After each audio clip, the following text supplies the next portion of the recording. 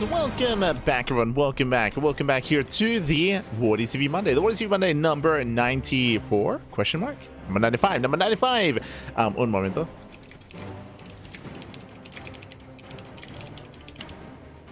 As we are going to be jumping into our first series of the broadcast. Again, welcome and all. I'm Coach VIP with you. I'm joined by these amazing players, by the people in chat as well. Welcome and all. So again, our weekly broadcast of the WardiTV Monday. We did go live a little bit into the event, which of course was intentional, and we are jumping in mid-series here in the round of 16. Exclamation mark B in the chat. Exclamation mark B.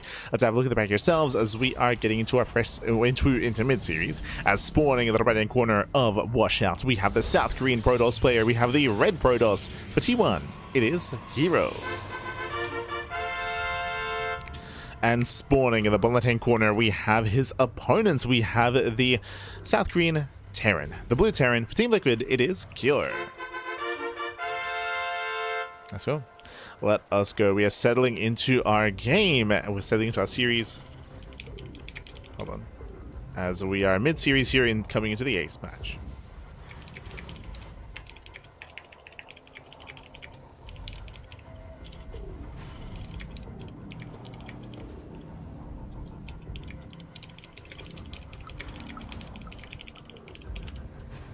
But here we go. We're getting into mid-series. Unfortunately, we set on game 1, game 2, so I'm not too certain as to how this series did open up and how it did transpire. But regardless, we are able to find out how it ends as we open up with a proxy. Now, when it comes to TVP in the current meta, it is similar to the last patch. It is similar in the sense that the compositions are still the same and kind of the mid to late game is still the same as well. But the early game, I would say, has become much more difficult for Terran due to the strength of proxy pylons, due to the strength of pylons, proxy gateways, and the early game production setup. Because of the earlier worker start, this has the early stalker and early adept aggression has been a much more difficult kind of thing, much difficult phase of the game that the Terran players have been having to deal with. It's just become much harder here in the early game. And here we go.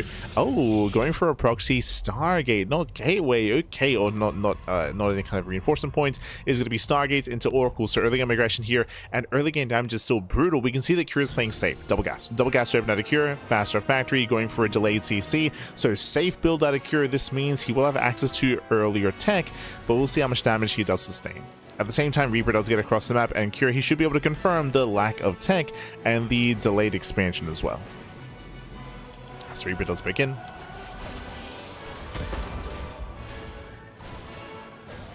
And Reaper does poke in and will get one probe kill. Very nice damage so far here by Cure. Yeah, it goes in, it gets one, gets two. Two probes go down. Meanwhile, a big shout to Luis GGG. Thank you so much for the raid. Hope you had a great stream. Hope you had a great ladder session. Hope you had a great time as we are, of course, getting into our series. The first adept has gotten across the map. The second one is back at home. It is going to be the CC on the high ground, and the Oracle is on the way. And we'll see how much damage here can get done. As so far, Cure, he's going to have one Widow Mine to defend, and we'll see if the mine is in position. Uh-oh. Yeah, it's going to come down to the positioning. Going to come down to the setup as the Oracle is making its way into the main. The Oracle does move in. Oh, does rush past. Widow Mine is not quite in position. We'll get a couple of SCVs as nothing shoots up. We'll even get the mine. Ooh, the mine goes down. Oh no, the mine goes down. SCVs are falling, getting up to 3 SCV kills, 3, 4, 5 SCVs. The Oracle is going to run out of energy, going actually for the army instead. Gets the Reaper. Yeah, Reaper goes down. Adepts now they can threaten the army. Oof. Hellion has to be careful. The wall is under fire, and again, there's a disastrous start here for Cure. We spoke earlier, but the early game here in TVP is much more brutal, and the Cyclone will eventually defend. Eventually, as there's a Void Ray follow-up. Oh no, Tahira just wants to kill him. He just wants to win the game, Pappy. He's going for the Void. Speaking of, a Void Ray is going to be floating in. Yeah, Void Ray floats in, takes on the Marine, and we'll be able to camp the Cyclone. Oh my god. And the Cyclone does go down. Void Ray survives, and with that, that's game. I mean, that's it. That's game. The Void Ray wreaks havoc. Have just free damage here on the SCVs. Nothing shoots up. Oh, no, there's one Marine. There's one Marine that does shoot up. The Oracle just needs a little bit more energy.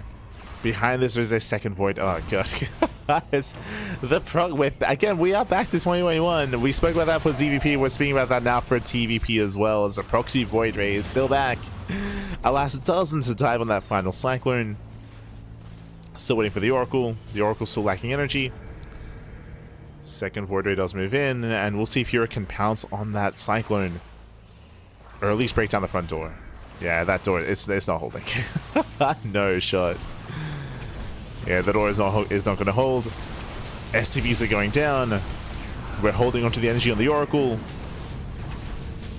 And we're going for the dive. Yeah, we're going for the dive. Cyclone falls. There's one more Cyclone on the way. Bunker does complete. Oh, the Cyclone. Oh, and GG. GG gets called.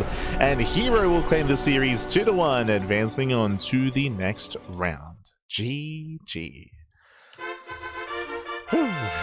GG, well played. Congratulations, herO. He will claim a lead in the, or he will claim the series. And again, we were tied up 1-1 at the time, and then herO, he will claim that series. Again, just really brutal early game here. Again, early game aggression has been very prevalent in PvT over the past couple of weeks, and herO does dominate. GG. GG, well played. Congratulations. And with that, herO, he will advance on, and let's catch up on the bracket. Let's figure out where we are and where we are headed. Exclamation mark, be in the chat. If you guys want to have a look back yourselves. As heading on over here, we do have Kira and herO. So herO takes down Kira 2-1 to advance on into the quarterfinals. And here's waiting for the winner of Björn and Young Yakov. Okay, so we're waiting for the winner of that series. Likewise, in other portions of the bracket, we have Classic versus Rex. Winner goes up against Solar in the next round. We have our series, which is herO waiting for the winner of Björn and Young Yakov. We have Clem waiting for the winner of Nightmare and Shameless. And of course, we do have SHIN versus Percival and ryung versus Harsum. I was very tempted to jump into the SHIN ryung portion of the bracket, but I mean, herO and Kira were available first, right? They were available first. So we're locked in here in the upper portion. We're going to be waiting for the winner of Björn and Young Yakov, and we'll follow that into herO instead in that upper portion of the quarterfinals. That's the current plan, at least. That is the current plan, and we'll see if we are able to get into it. Meanwhile, of course, Wardy is covering the event over on his channel. I believe he's in his own series. Not too sure where he is in the brackets, but he's out there somewhere. Let's go to his own series, go to his own matchup. Otherwise, we are going to be going on a short break. I do apologize that we do have break after break here, but again, we have some downtime, so we're going to be going on a short break, and when we come back, we'll have our next series. We'll have herO versus either the winner of Björn and Young Yakov. One or the other. One or the other. Just catching up. Live WardiTV Monday cast on a Tuesday? Hell yeah. I mean, I believe that was also the case last week as well, but true. Let's go. But for now, we'll see you guys soon after the break. See you soon, Patty. See you soon. GG.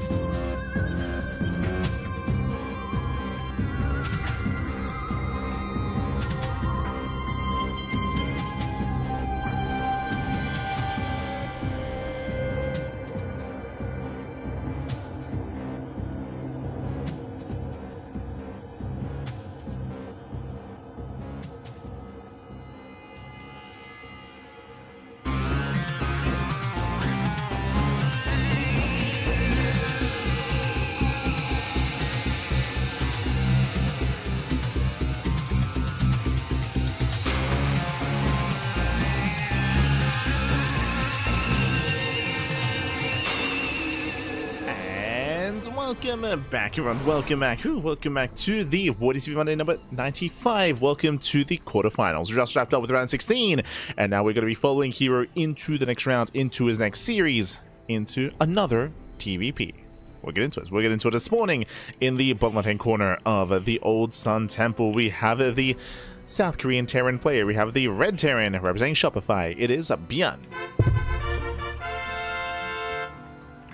And spawning in the bottom right-hand corner, we have the blue Protoss player, the South Korean Protoss, representing T1. It is herO.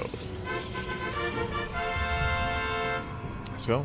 Let us go. We are jumping into game number 1. And if you're in the chat, you know what time it is. It is Gamba time. Predictions are open. Place your bets on who you think will claim the series. Best of luck in the chat as we delve into our initial TVP. And coming into this, we're going to be easing our way in here. Welcome to the Old Sun Temple. We are on a 4-player spawn map. You can spawn in bottom right, top left, and bottom left as well. 4 possible spawn locations. And we have found ourselves close spawn. We have bottom left and bottom right, so short rushes by ground aggression is heavily favored here, and we spoke about this in the previous series, but when it comes to early game TVP aggression, Terran players have been struggling on this most recent patch. And herO, does he find Byun immediately? Oh no. herO, he's heading this direction. He will find Byun, and we'll see if herO commits into some shenanigans early on. Oh boy. As herO does wander in, does zip in towards the main. Will confirm the location here of Byun. Does confirm close spawns. Byun himself going for an economic opener. Single gas, racks expand. Standard start here out of Byun. Byun's also skipping the SCV scout, and he's also skipping the Reaper scout as well, so 0 scouting out of Byun, which means herO can be free to be more aggressive. For the time being, is going for a gate, cyber expand, standard open out of herO, but we'll keep an eye on the follow-up. We'll keep an eye on where herO takes us from here exactly. We'll see. We shall see. Until then, we're just calming down. Calming things down, we're building on up. Maintaining ourselves. We do have a CC on location for Byun. Again, as I mentioned, just economic opener, single gas, everything's looking as it should. So far, so good. Oh. Let's go. herO. Okay, just tells fear off. Looks like he was trying to bait Byun to make Byun believe that herO was spawning in the northern location by dragging the marine over and running in that direction. So we'll see if that actually bears fruit and whether Byun actually does fall for that or not. We'll see.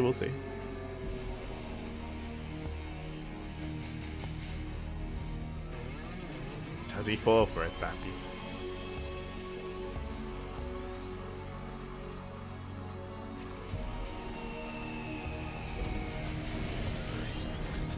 Question from here, we're just kind of waiting for a take of choice. There's going to be 2-gate follow-up here. So we mentioned earlier about hybrid aggression from Protoss, and that's what we're getting. So it's going to be 1-gate, cyber, expand, bam, into 2 more gateways. So a 3-gate setup in total. We should be setting up a proxy pylon out on the map. There it is. Probes are being activated for that proxy pylon, and hero's going to be hyper aggressive with vanilla gateway units early on. In doing so, he's going to be delaying his Twilight Council, delaying his upgrades, and delaying his tech. But herO, there it is, hyper aggression. And again, we have been seeing a lot of Terran players struggle against this kind of play. We'll see if Byun can keep up. We'll see if he can hold. We'll see if he can survive and defend. We'll see.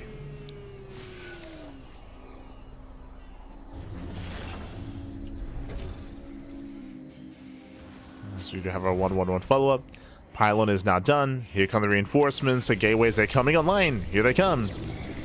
Yeah, 3 gates. We can warp in, bam, 3 units at a time, 3 more depths. They can shade past the initial bunker. They can head into the mineral line, and it's going to be vanilla marines to defend initially. Oh, into Banshee. I mean, Banshees, they will deal with this eventually, but that's eventually. Adepts, they do commit to shade, catching at 1, 2.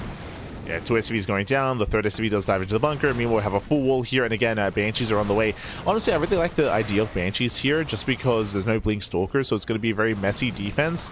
But the bunker is going to fall. Cleans up the army. We have reinforcing Stalkers. With these Stalkers, Banshee is not going to be good enough. Cloak will help, but Cloak is a ways away here. Yeah, Marines are going to be zoned away. Speaking of, oh, 1 Marine goes down. Banshee's almost out. And with good positioning, the Banshee can get some free damage on the Adepts. Trying to go for the Stalker. We're just trading. Yeah, at this point, we're just trying to bait the Banshee further out. Speaking of, oh my god. Banshee does take a hit. That does take a hit. A tank has arrived, and Bjorn will hold. But remember, Bjorn, he's on one base. Meanwhile, herO, he just saw the research. Yeah, he saw the research in Tech Lab. He knows a cloak is coming back at home. There is still no tech. We should be seeing... Oh, no, never mind. There's a robo. There's a robo. There's the observer. Detection is available. And Bjorn is still stuck on one base. As time goes on, herO is getting further and further ahead. Remember, he's not all in. He has an actual base up and running. He has a base, he has the expansion. Containing is all he has to do. And because herO just killed 10 Marines, that means when Bjorn breaks out, I mean, what does he have to break out with? Does he have anything to counterattack, I guess is what I'm getting at. Oh. Nice tank shot.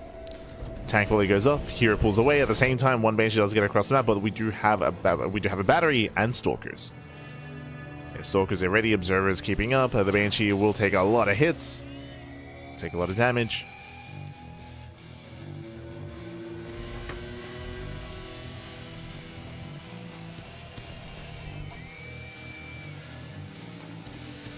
Yeah, we'll take hits, we'll take damage.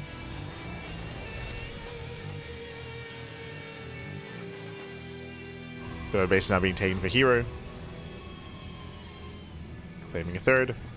And hero's supplied locked. This will slow him down. But again, he's already achieving what he wants here. Just containing, expanding, building up. I will say that herO is still lacking splash damage, but he's working on that. Temple Archive's on the way. Storm is on the horizon here for herO. They do spot each other. Yep. herO does spot the Banshees. Dipping into the main base. Marines that respond. There is no stim. And can we snipe a Banshee? Shouldn't be able to. Yeah, shouldn't be able to. Banshee does get down to half HP. You see Bjorn, he still wants to be active, still wants to move out.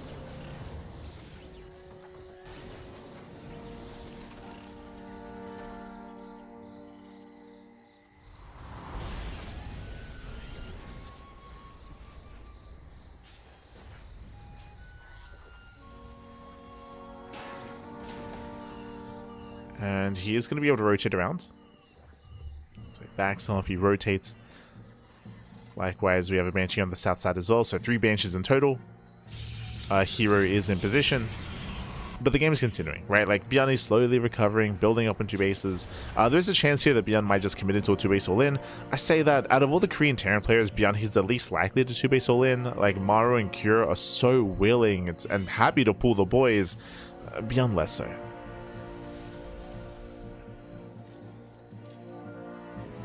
So it is hard to say. As we get one, we get 2 probes.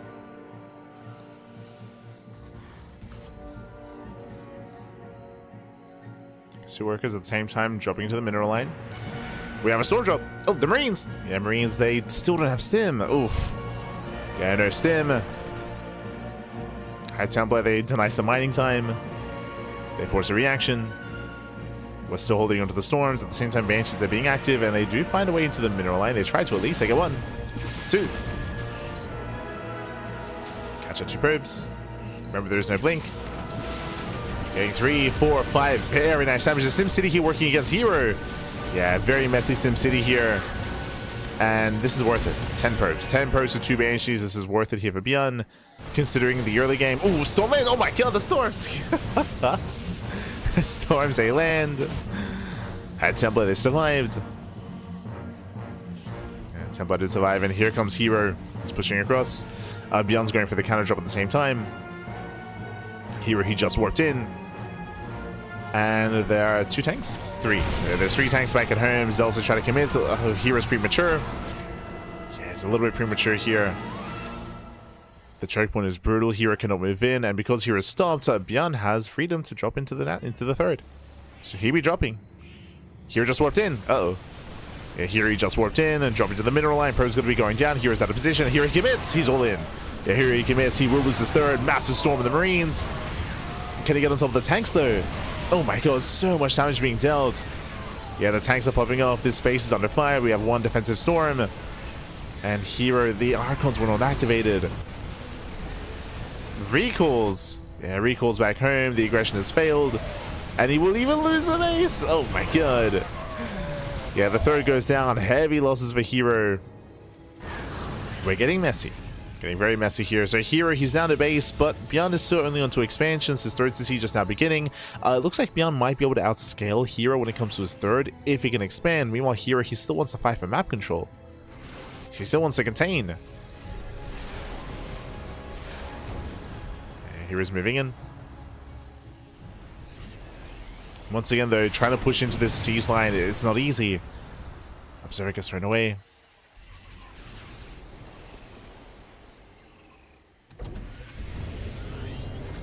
herO should not push into this. herO gotta calm down. We gotta calm down here.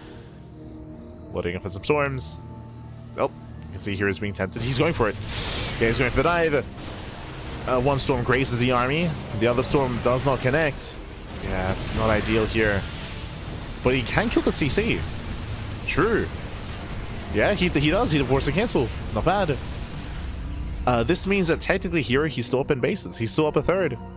Beyond had to cancel, and that's enough to keep it Beyond down. So not a bad move here from herO. If he kept going trying to push into the tanks like that, that would have been disastrous. Meanwhile, no storm. Without storm, the army gets bullied. Yeah, hero's gonna get the hell out of here. Ooh, lose the immortal. Yeah, some rough losses for herO. He has to back up. High template, they come in to reinforce. And here, his third base is back up. It's back up and running. Rocks knocked down. Beyond going for the Dream Drop into the main. Recall, it is available, I believe. No, still not. Yeah, recall still a couple of seconds away. Oof, nice EMP. Yeah, nice EMP. herO, he commits. Wow. So Beyond jumps into the main base. There's no recall. herO, he commits in, and he has to push into a siege line, into a Sim City. There's the recall. Ooh, too late. Yeah, recall's too late. The base goes down. Prism falls. herO miscontrol. Yeah, some crazy miscontrol. And herO, we've been here before. He's trying to force his way in, and he should not be able to. herO just ramming his face against a brick wall. Nice storm of the SCVs. One tank goes down, and meanwhile herO, he has lost his main. He'll lose everything in the main base, all the tech, all the production. And with that Beyond, he will claim a lead in the series. Claim a lead. Again, the counter drops were brutal, and herO did not have a recall in time. That's why he pushed in. Took him a little bit longer to have that recall. And this drop just won Beyond the game. Just won in the game. Takes down the gateways, the forge, the bays here as well. Again, massive EMPs. Denying the storm, and with that, Beyond, he will stim, and he will win. He stims in, Bappy GG gets called, and Beyond takes game number 1. GG. Whew. GG, well played. Very impressive aggression there from Beyond. I don't know if you noticed, but in the face of aggression, as Beyond was struggling to maintain himself, he was going for a lot of drop play. He was going for a lot of drops, double drop on the top side, quadruple drop on the south side as well. And every time he was dropping, he was getting damage done. herO had very little to defend. Very, very little. He was often lacking warp ins. He was often lacking static defense. He was often hoping he could contain his opponent. But the drops, they paid off so well there, as herO was always constantly out of position. And with that, GG. With that, GG, well played. With that, we are getting into our next game. We're going to be loading into Fear and Faith. Assuming I get into the lobby. There we go. Here we go. We're getting into our next game, and we'll see. We'll see. Oh, Jesus, non-stop 4-player small maps here. Okay, the RNG once again. I should also emphasize that because of the spawn locations, that prompted herO being aggressive, and that also allowed for Beyond to excel with the counter drops, as he was able to be active a lot sooner, a lot earlier, and pop off. Meanwhile, lobby bug. Beautiful. We got the bag back. We got the bag.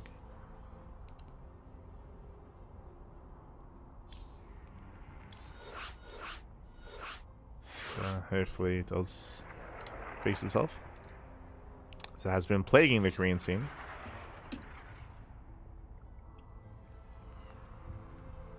Has been plaguing us.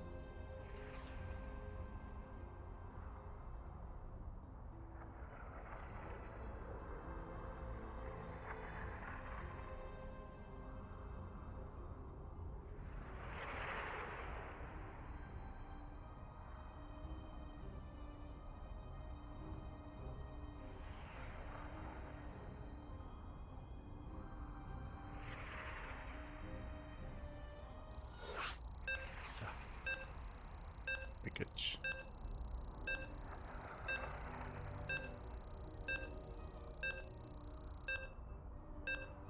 Alright, let's go. Nope. Never mind. That's annoying.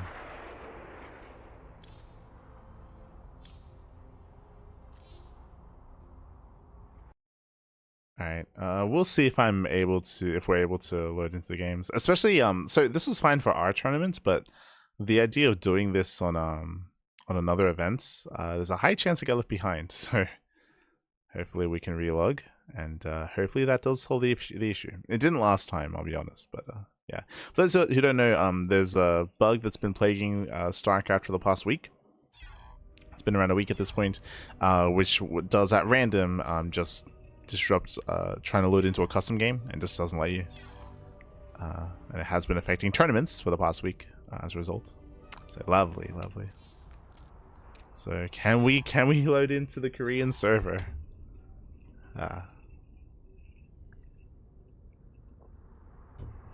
Can we join the game?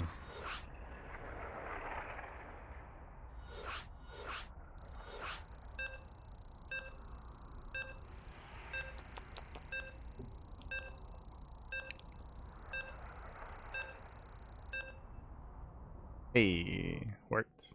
Beautiful. As we are loading into Fear and Faith.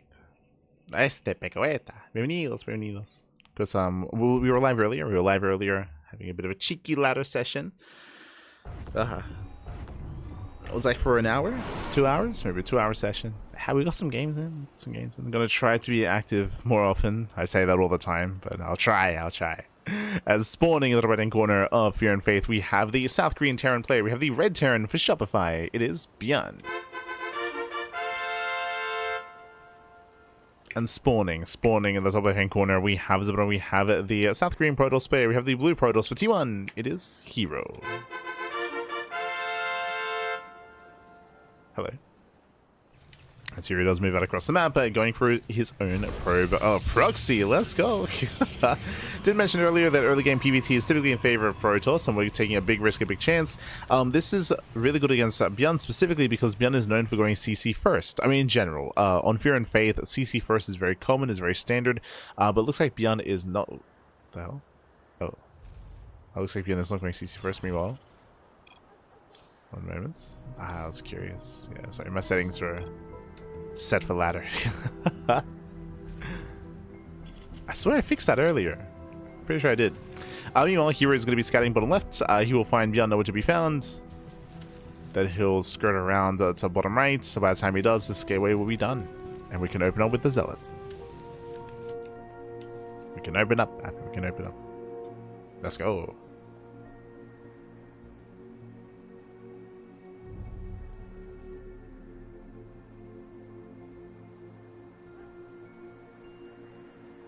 Once again, we are committing across the map. Does find Byun's location, is now aware that Byun is top right. And here comes that Zealot. Now, once again, thankfully, Byun is going Rex first. He's not going CC first, but he is still going for the Marine, which has a little bit less micro potential compared to the Reaper. So there's still potential for herO to break through. We'll see if he can. This should be Zealot into Stalker, I believe. I believe it would be Stalker once the Cybercore is done, so it's going to be double Zealot. Double Zealot into Stalker. Byun is on patrol on top of the ramp. Be patrolling. Is that CC behind this? The hope is to delay the CC. We might even force a cancel. That's the dream.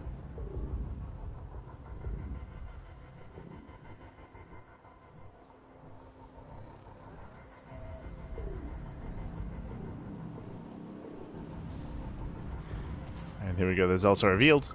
They move in.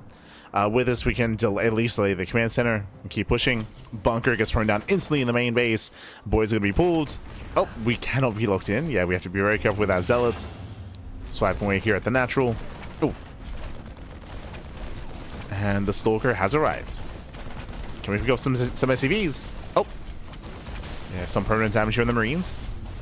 Bunker will complete, and Byun will hold on to the main. You hold on to the right behind this. Remember, here is expanding. He's not all in. He's expanding back at home. And yep, there's a cancellation. That's all we wanted. Massive pickoff, and herO takes a lead. Takes a massive advantage here as Beyond's CC is heavily delayed. Ay, ay, ay.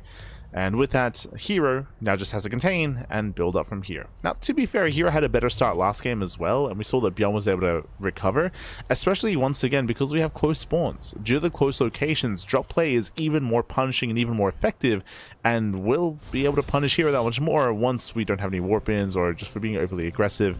It's going to be up to herO to have a better defense this time against that kind of drop play. Better awareness as to what's going on.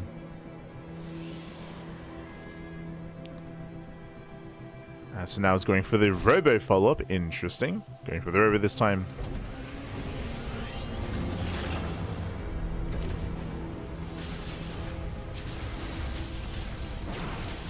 For now, just getting higher ground vision with the hallucination. Just forcing boys to be pulled. This hurts even more just because Beyond is stuck on one base, so now we have extra workers that are just not mining. So forcing some more inefficiencies out of Beyond. As that's 3 SCVs off the mineral line. Now we have the Robo. And here he attempts to scout. He does see the command center at least, but he has no idea about the cloak. Oh, he gets in. Yeah, he does get in, does put the 1-1-1, and he will see the researching tech lab. Massive scout here for Beyond. Again, sorry, for herO, he does already have the observer. He already has detection, but now he's fully aware of the Banshee. And he responds, with the Stargate. Okay. Stargate response. Hunt this down.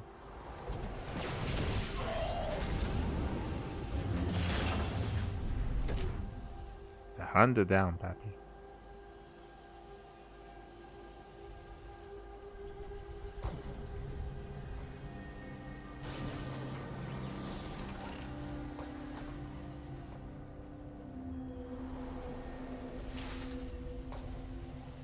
From here, we're getting our second racks. We have our 2-on-1. Again, still stuck on one base. herO might even just get a third from here. Might even just get a third. It will be safer to wait for the Oracle or the Phoenix. There we go. Phoenix is on the way to shut down the Banshees.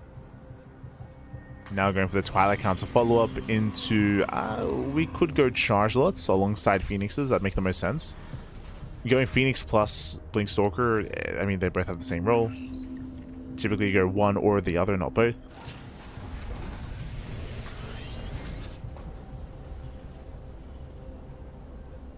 Yeah, now looking to expand. And here he will spot this. He will spot the expansion. Nice, very nice SCV scout, by the way. Beyond, he sees the starport, the Stargate. He knows. He's aware. Nice snipe on the observer as well. Very nice catch. Once again, herO forcing some inefficiencies. Here he will claim a third. Phoenix shocking around. Confirms the bio, confirms Sim. And the continued production. Meanwhile, the Banshee does sit by. Does sneak on by.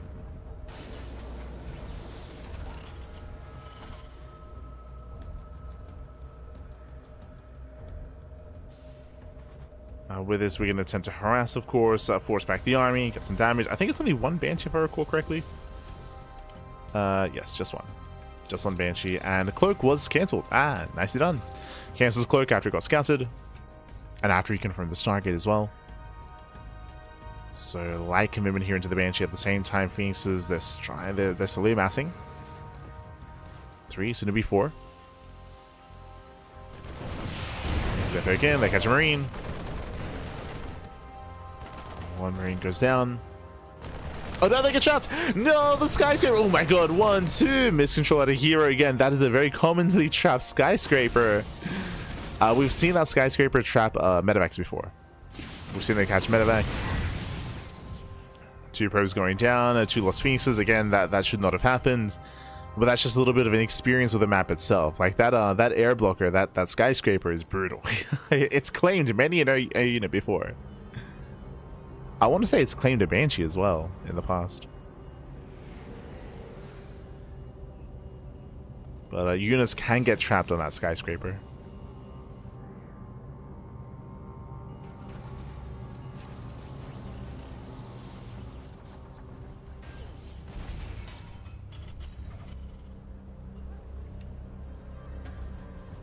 Let him play, papi. Let him play. Beyond starts to move out. Here he's aware. Phoenixes, they try to go for the backstab. And these Phoenixes, they can be used to lift up the Widow Mines and the tanks. Just picking up some reinforcements. Nothing major yet. Charge is complete. Observer gets picked off. Oh. He does catch the Observer. Catching 2. Oh my god. And both Observers go down. Reinforcements are delayed. Here comes the main army. Another scan, catching a 3rd Observer. Yeah, as well said, I've been. Oh my god. Forcing some friendly fire. Tanks are being lifted, but there's so many Marines. Yeah, there's so many Marines here. They break through the Zelts, they break through the Phoenixes, and Bjorn is doing it. He's doing a snowballing out of control. We have a couple more Zelts coming in. The tank is barely lifted, and looks like herO might barely hold on. It's still so close. Yeah, still so very close here. The tank barely falls to the final swipe. herO holding on with 1 tank, 1 Stalker, and 3 Phoenixes. Yeah, here he barely does hold, and with that, Bjorn is forced back. Here he gets away with a 3rd. The 3rd base is fully operational. Oh, but Bjorn is rallying. I mean, Bjorn has momentum. He has momentum. He's reset the ground army for herO. herO's in trouble. Doesn't have much of an army. Shows the mine shots. If there wasn't some friendly fire earlier, then maybe that would have been game. But herO did force friendly fire. Let's see if we can do it again. I'll try to drag. Oh my god. Does drag the mine in. And here's holding. Yeah, here he's holding on. The mine shots were not good enough. Not for Bjorn, at least. And with that, Bjorn is being chased down, losing some heavy losses here, losing Marauders. 2, 3, 4 Marauders going down. Hefty losses there for Bjorn. And Bjorn, he's losing map control. He has to back off. Behind this is getting his own 3rd CC on location, but he has lost any kind of pushing power. He's stuck at home. He's stuck against the Mass Zealots. Show some mines. Oh, once again dragging. Look at him go. Drags the mines into the army. Yeah, it does drag the mines. Boys evacuated. Here he takes over the natural. He takes over. Bjorn trying to hold on. We have a counter drop as well. Oh, you can see herO with the Phoenix. It's like, who needs splash damage when there are Widow Mines? True, true. There's a recall back there. And once again, nice drop here by Bjorn. We were praising Bjorn for his drops in game 1. We're seeing it here in game 2 as well. And the drop play continues, distracting herO, recalling it back home. This will allow Bjorn to re-expand and to resaturate his natural, and also to get his 3rd up and running. True. 11 probes. Oh my god. One drop across the map. 15. That's insane. 15. That's an entire mineral line. 15 probes go down. And suddenly Bjorn takes the lead. herO does have a 4th at least that will help, but Bjorn's got his 3rd. He's got his 3rd. He's got his 3rd base. Ay, ay, ay. Once again trying to drag. Oh my god, Jesus, that's a lot of mine shot. That's a lot of mine damage. That's a lot of friendly fire. Every time. Yeah, it feels bad, man, to be like a Phoenix pilot. It's like the one job you have is to drag mines into the Terran army. Oh my god. Yeah, that's catching all the SCVs. 15 SCVs gonna be going down. We have another Phoenix. We know what it's for. We know, Papi, we know. To suicide into the army. Speaking of, we are choked up. My shots don't quite connect. herO pulls away. But again, just building up a massive army here. And Bjorn is stuck on 2 bases. He's being outscaled. Bjorn is heavily oversaturated. He needs an expansion. He needs a CC. He needs a base, Pap. He needs a base.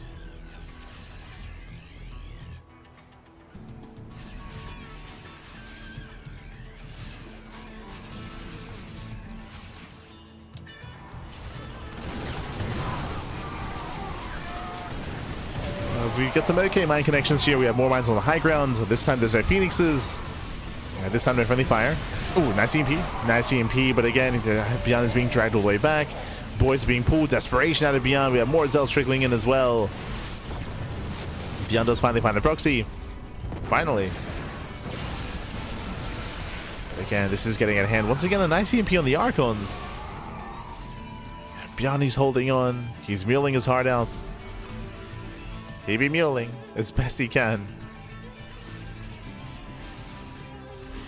And here has been a little bit wasteful. We were, of course, praising the Mind Drags earlier, but the reality is that we do need some slash damage. So there we go. Storm is going to be on the horizon. Sorry, not Storm. The Bay. Bay is on the way for Colossus.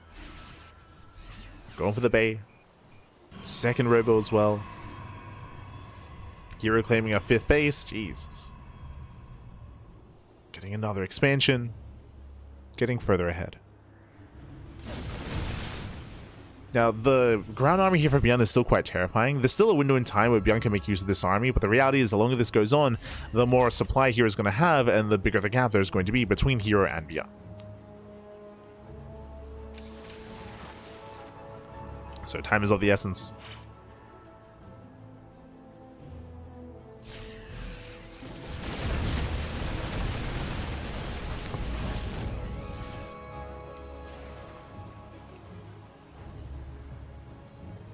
He's trying to be active.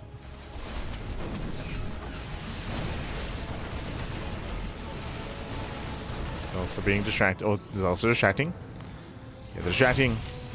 Main army moves in. This time there's a drag. Oh, those are some brutal mine shots.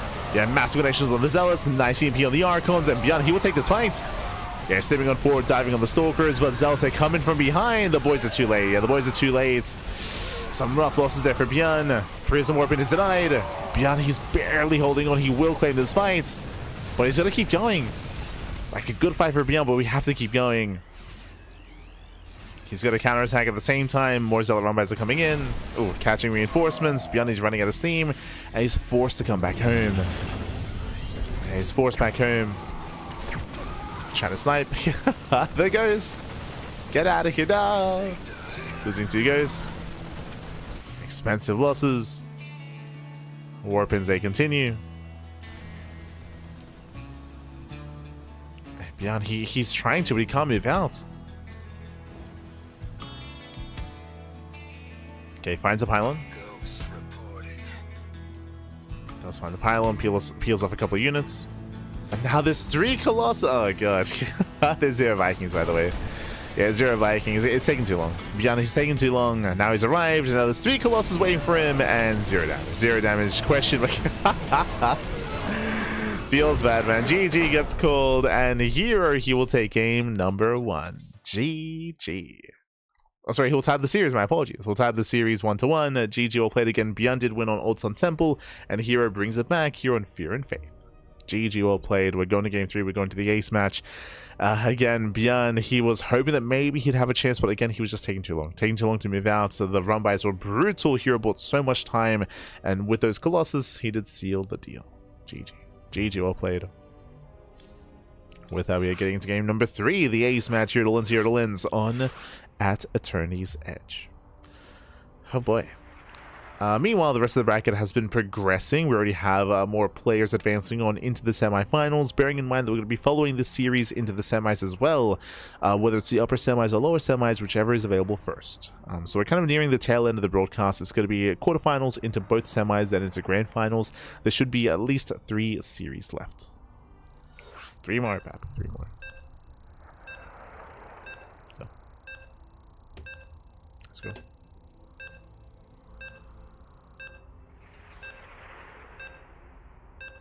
No. As I mean, thankfully there's potentially a Clem series later on, which won't be on the Korean server, so we can avoid the lobby bug. But yeah, the bug be lobby.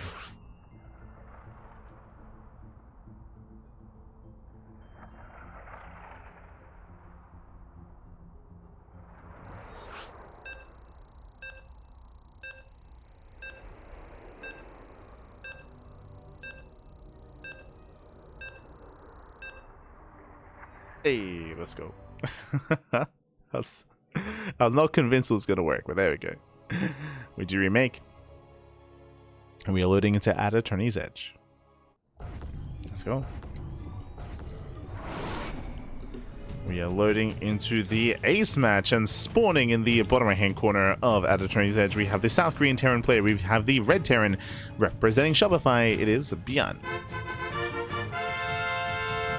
And spawning in the top left-hand corner, we have the blue Protoss play with the South Green Protoss representing T1. It is herO.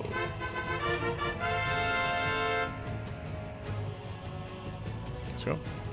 Let us go. We are getting into our ace match here. Again, we're tied up 1-1 so far, but what has been constant throughout the entire series has been early game aggression from herO. Proxy gateway, proxy Stargate as well. We've seen nothing but proxies, nothing but shenanigans out of herO, and he has been able to typically gain a lead early on. Sometimes we've seen Bjorn fight back and recover from that deficit. Last game, if you remember, Bjorn was forced to cancel his CC, and he did have a very shaky start to the game, but then we saw some counterplay, right? The job play specifically was looking amazing from Bjorn. Meanwhile, Bjorn is being cheeky, going for the fake proxy racks. Let's go. The racks is here at the natural. Again, it is not uncommon for Terran players to hide their racks either further behind their main base mineral line, behind the natural mineral line, behind the third base or fourth base mineral line as well. So there are some very common proxy fake proxy locations for the racks. Meanwhile, Bjorn has opted to go for it here at the natural, and we'll see if herO even probe scouts. We'll see if herO does take the bait, if it impacts the game at all. True. See if it does. For now, just a standard opener. Gate expanded to Cybercore, probe scout across the map for herO. Here we go for the scouts.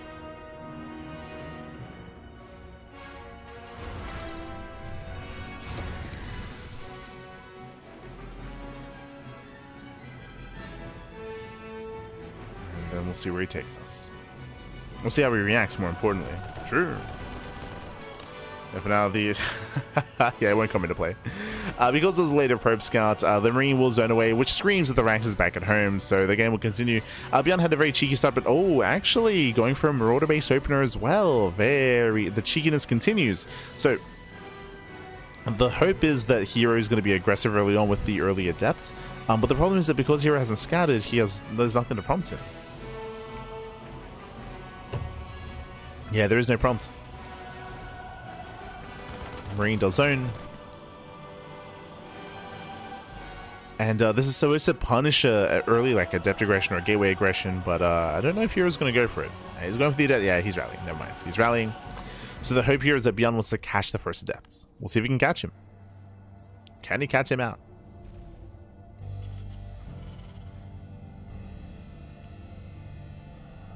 That is going to be the goal.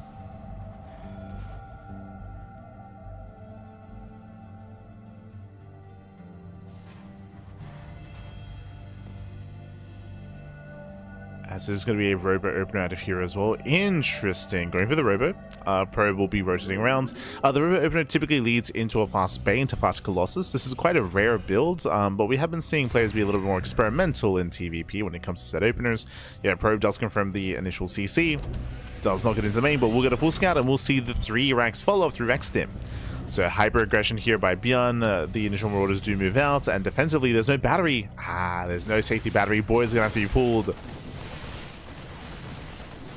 Here he has to pull the boys. He cannot defend without it.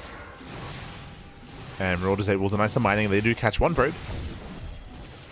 2 probes go down. 1 with a scouting worker. Pylon's under fire. Brutal start here for herO, losing the pylon. Now losing probes. Oh. You can see herO trying to engage. Trying.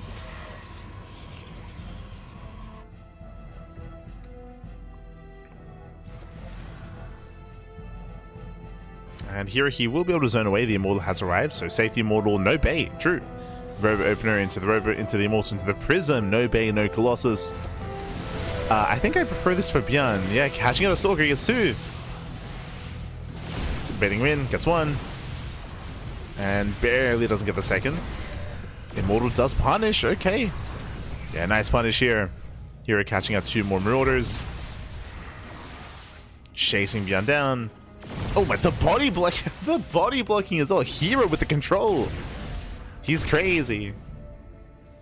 Very nice control of herO. Again, catching out Marauders. Behind this, we have 2 more gates finishing up. We have our 3 gates set up in the Prism.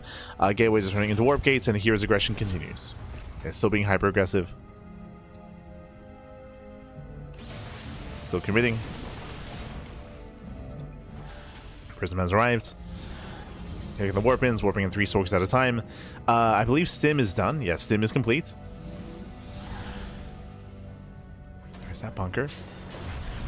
herO unloading into the main. Doesn't load, no bunker in the main base. herO, he does abandon the sentry. Boys are being pulled. Ooh, herO miscontrol. Yeah, hit miscontrol at herO. He moved command that in.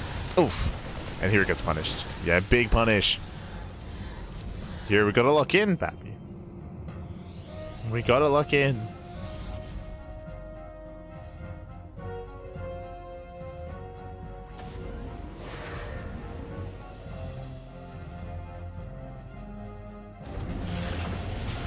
herO does threaten a dive. Trying to pull apart Beyond's army. Last here is already working on the next step. Behind this, Forge on the way. Twilight Council as well, working towards +1, working towards either blink or charge. Beyond's held. And that's what's important here. Beyond, he has held. He's being forced to pull the boys to repair there, so it's a little bit messy. Yeah, a little bit messy overall. Jumps into the main. Oh. Wokai back. Does pull back, does pull away. Beyond's still ready to repair. Yeah, he's ready for it. Was it gonna break through? Nice stim. Trying to punch the army. Force fields, they don't quite lock him out. And Beyond stims in. Yeah, he stims in. He dives on the army, catching it 1, 2, 3, 4 stalkers. Oh my god. Almost every stalker goes down. The Immortals, they do juggle nicely here. But still some hefty losses from both sides. herO bleeding out stalkers at the same time. Beyond who lose SCVs. Was this too many worker losses though? Remember, herO's not all in. Beyond losing 9 workers, that is brutal. No third CC behind this. I don't know why, but in my mind, there we go. I was gonna say, in my mind, herO has a third. Just now throwing it down. I was just thinking of the tech. Blink is halfway done. +1 is on the way.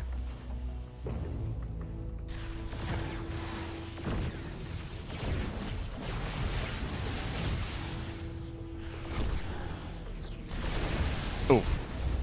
Yeah, again, miscontrol to herO losing the Immortal. That should not have happened. And now Beyond can break out. Finally, we have starports. We have the starport. We have medevacs. Medevac production has begun. Beyond can start to drop. herO, he bled out so many units here. He can't really keep up. What do we have? 3 stalkers. We have a decent stalker down here at the 3rd. Beyond. Oh, pivots away. Yeah, he pivots around. You can see herO getting ready for the drop into the main. Beyond pushing towards the natural. Here he's looking and searching. He's looking in the wrong place. Beyond trying to make his way in.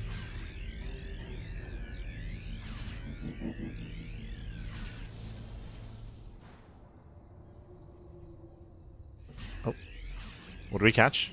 Immortal? Free Immortal! Oh my god. Yeah, free Immortal goes down. Nice pickup. Stims in. Oh, a little bit greedy. Yeah, this is greedy, but it's worth it. Gets the Twilight Council. Deny charge. Charge. I mean, it's an expensive trade. Losing all those Marauders. Yeah. 6 Marauders go down.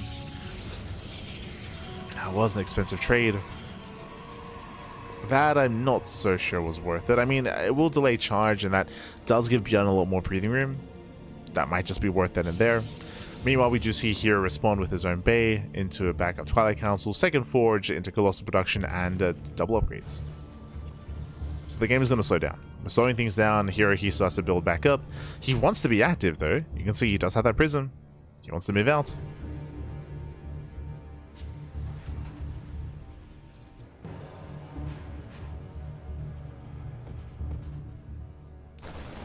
And here he comes. Here he's pushing. Mainly a stalker-based army. Beyond still stuck on 2 bases.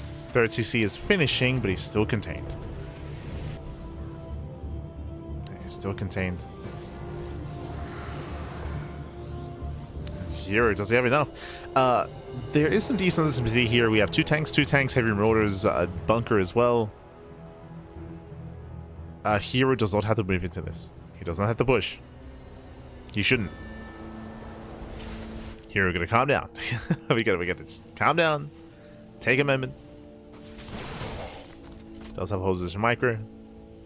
Does hold position.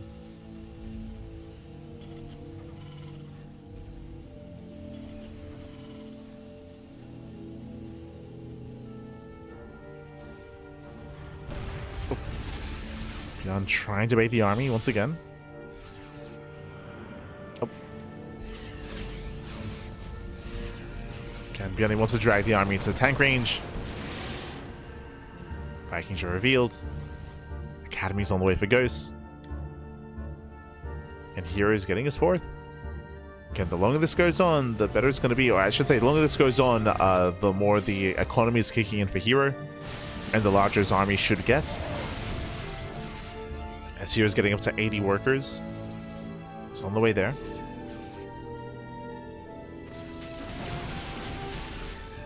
Once again, herO breaking in. He's getting ready for the backstab. Beyond, what's the plan? Oh, he's trying to expand. Okay, so Beyond's claiming his 3rd. His tanks are now more out in the open. herO coming in from behind. There is one liberation zone. And I'm moving in. Yeah, diving on the tanks from the high ground as well. Yeah, brutal positioning for Beyond. The tank is going to fall. Marines has nowhere to run. Liberators, they go down as well. And just a brutal angle here. Beyond, he should... the boys are being pulled on the right-hand side. But Beyond, he loses too much. Yeah, he should lose everything. Beyond, the Marines go down. The Marauders as well. There's a Prism to juggle back. And Beyond, he hasn't broken. He hasn't broken. Again, that was just a brutal position. GG gets called. And herO, he will no longer control. He will claim the series 2-1. GG.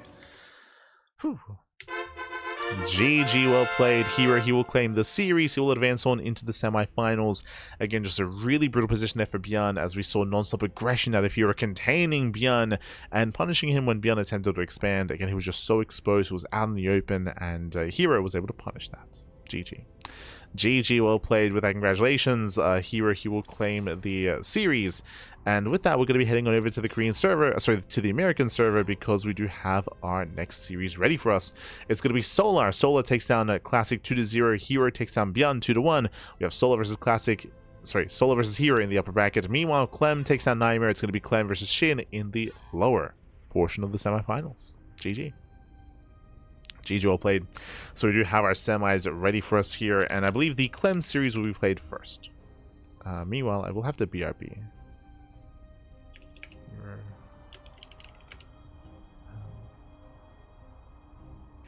We'll be back in a moment. Hopefully we don't get left behind.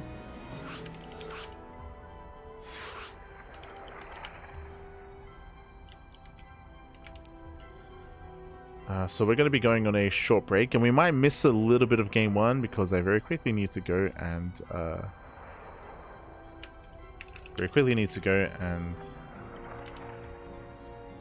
make some tea because my throat is dying. Yes, beautiful. Okay, so be back in a moment. Be back soon. Be back soon.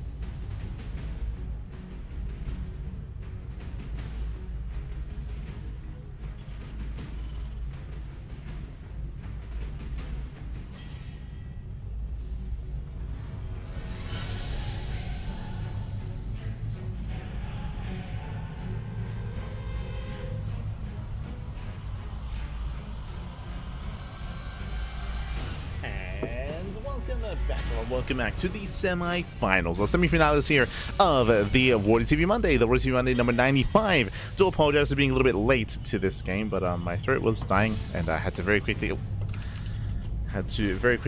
get some tea. We're good there. We're good. We are back, and in the top right-hand corner of Lockdown, we have the red Terran. We have the French Terran for Team Liquid. It is Clem. And spawning in the bottom left-hand corner, we have his opponent. We have the blue Zerg player, the blue Zerg player himself. We have the South Korean Zerg for onside. It is SHIN. Let's go. Let us go. We're here in the semifinals. If you're in the chat, you know what time it is. It is Gamba time. Predictions are open. Place your bets on who you think will claim the series. Best of luck in the chat. As we do get into our opener here, Hatch Pool Gas is the go-to, of course, to get your Lings up and running in time for the initial Reaper. Meanwhile, Clem is going for a standard opener back at home. And there's a lot to discuss in regards to this matchup. We'll get into it.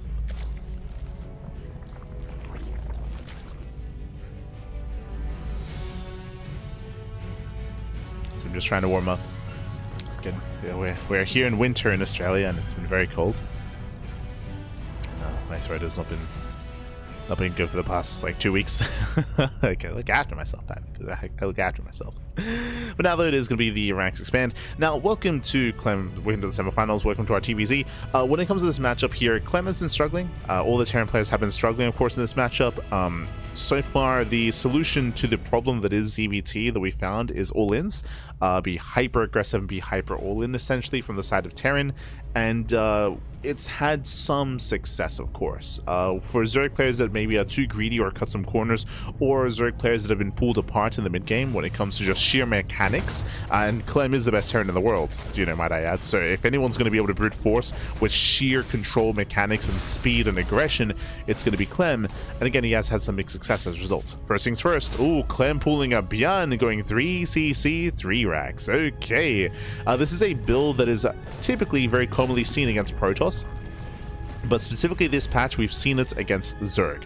What is the rationale for that? Well, because Zerg players have such a strong mid to late game, because of the growth of Zerg larva production, of larva spawn rates, and the growth of the Zerg droning and macro, one of the solutions here is to be hyper greedy early on. So we're seeing 3cc 3x, hyper greedy here to have a stronger economy in the mid game to be able to keep up with the Zerg player in the mid game. So Clem is playing for the mid game here.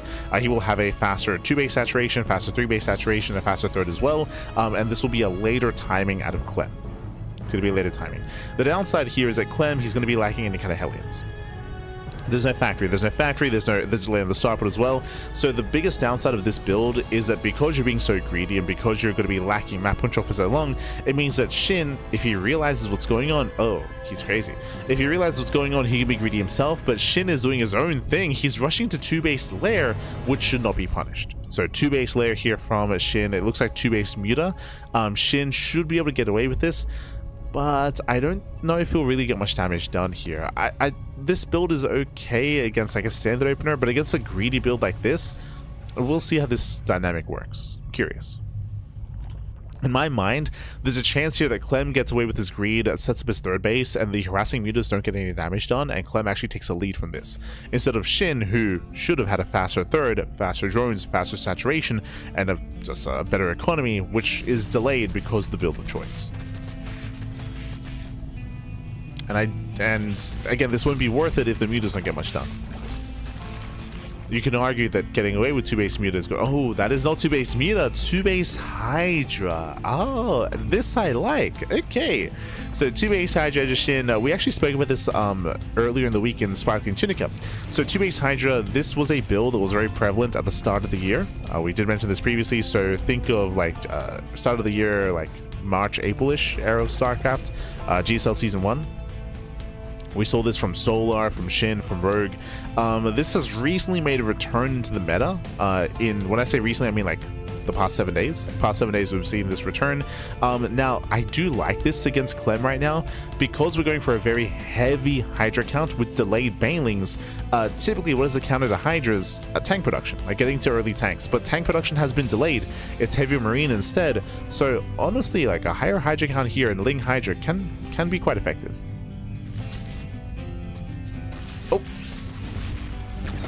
Reaper does full. SHIN is not draining. He's not draining. We're massing up Hydras, about to move out across the map, and we'll see if SHIN can punish Clem's build. SHIN gets highs on the third. Clem is moving out.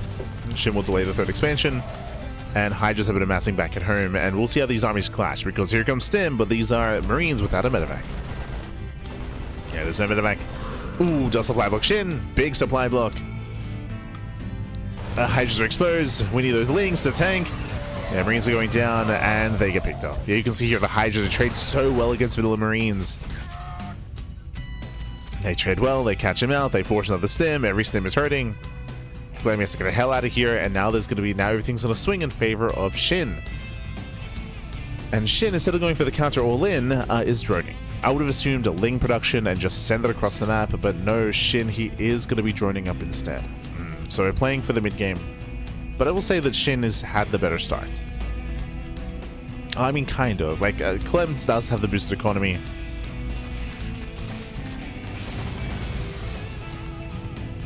Or at least he should.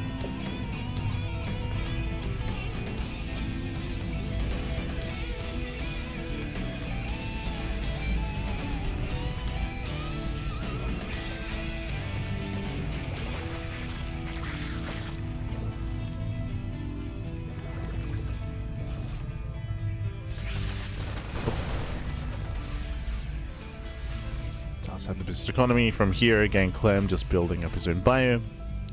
Likewise, we do have our Ling Bane set up here out of SHIN, setting up his Ling Bane.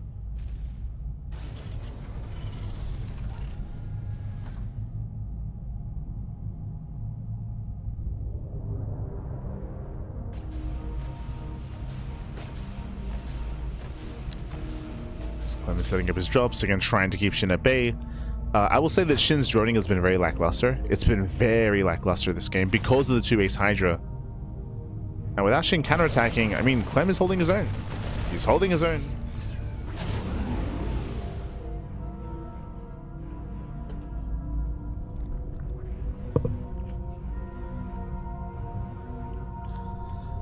He's doing well.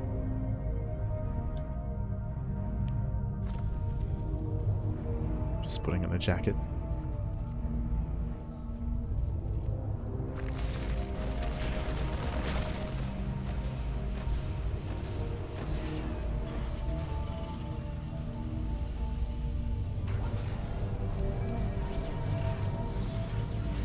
From here, Clem is amassing up his bio army, getting ready for his push. I will say that SHIN's, again, his economy has been lackluster, so SHIN needs more time for the economy to really kick in. So there's a window here where Clem can try to break through with the better and superior army. Straight up, like Clem's army is better. He's moving out. He's got his tanks. And SHIN cannot engage. Yeah, he just cannot engage here. The base is going to go down. Massive cancel, massive denial. Hydras A try to step forward, they fight out of range of the tank, but they cannot chase.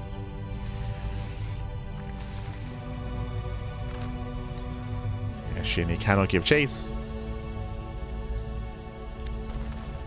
Pulling back around. Oh. Trying to pull back around, collapsing on some SCVs. Yeah, 6 says, oh god, the punish! They're catching out 6 SCVs, but so many links fall. Oh no! Jesus. Forcing the pickup. It does force the pickup. Clem reinforcing. Clem is maxed out. Clem, he has momentum on his side. And SHIN is struggling. SHIN is struggling here. Again, out of position with so many Hydras. It's going to be a Ling Bane defense. Clem moving in. Up. Shots of mines. Oh, some decent mine shots. Yeah, better tank shots as well. Massive tank connections on the Banelings.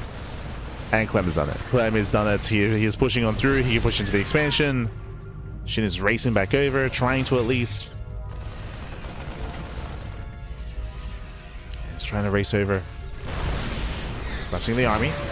Getting on top of the tanks, okay. Tanks they go down. Oh my god. Forcing the pickup. Clem jumping into the main base. There's only one spore. Now down to 1. And SHIN's just being torn apart. It's being torn apart here. The Hydras, they cannot keep up. Not like this. Again, there's no Hive, there's no Vipers. Hive is late for SHIN. Second army comes in. That's a kill to cancel on the expansion. And Clem is doing it. And again, a lot of the momentum that Clem has here comes down to the build, right? Remember, what did SHIN do? He went two base Lair into 2-base Hydra, not into an all-in, and he just fell behind. He just fell behind economically. We emphasize that SHIN's 3rd base saturation and 4th base saturation were both very, very late. So SHIN was just behind economically the entire game. He never punished the 3rd base of Clem. And Clem just outscaled. He outscaled. And again, I would have liked SHIN's position more if he had just gone for a 2-base all-in. Like, if he just went for a Hydra all-in, but he had no faith, Bap. He had no faith. Ah. And this is what we found ourselves. No faith, Bap. No faith.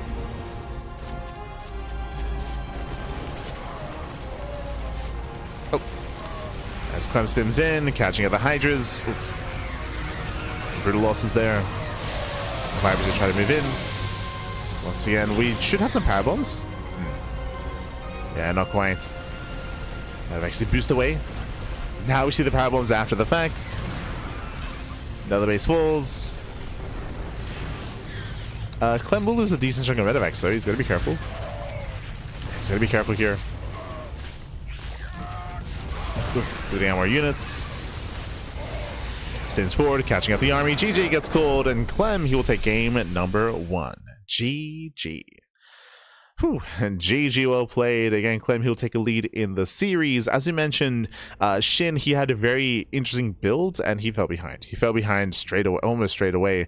Did go for 2-base Hydra. He shut down the initial bio push, which was good, but he did not punish a 3rd CC. Remember, it was a fast 3 CC build out of Clem, and SHIN went for a late 3rd expansion, late 3rd saturation. So it was almost like a build order win there for Clem, as Clem came out far ahead when it came to the build orders, and yeah, SHIN, he struggled as a result.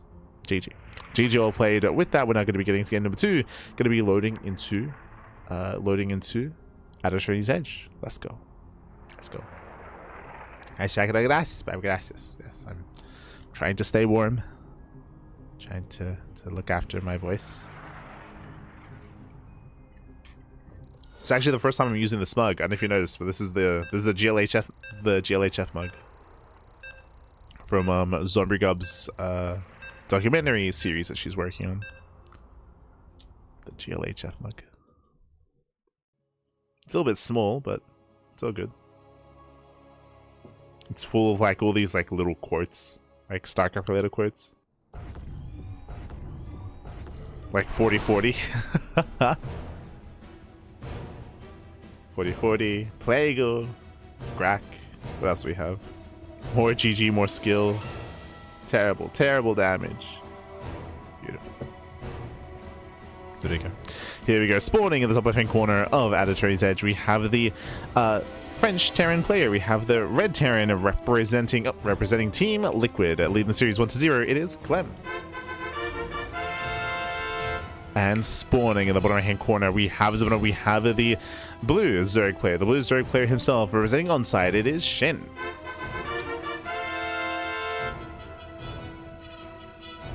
Let's go. So letting into game 2, and we'll see if SHIN does some crazy 2-base shenanigans again. Eyes are on SHIN. See in chat, so they say we're in a heat wave. You're saying this? Yeah, I have heard. I've heard that I think other parts of the world are getting hot and heavy. Here in Australia, polar opposite, as you can imagine. It's been very, very cold. It's been very cold over the past month, I want to say. Over the past month. Very cold. I said this sporadically throughout some of the casts, but because it isn't just because it's so cold and it's so dry as well, like it's just been destroying my voice during some of the casting. So that's why I've been wearing more jackets and then wrapping up and trying to calm down.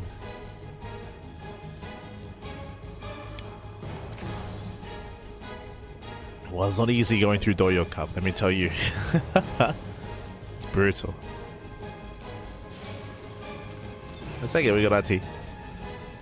Got our jackets. as now. Again, we're going to be evening up. But once again, remember, last game, SHIN did go for a very fast lair into a delayed third, delayed economy. We don't expect to see that again here from SHIN.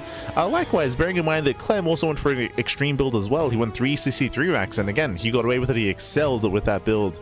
But that's something you do once in a series for both players. So we're expecting something different. We could see a 3 CC 2-on-1. We could see a regular 2-on-1. We could see a Hellbat push. We could see mech.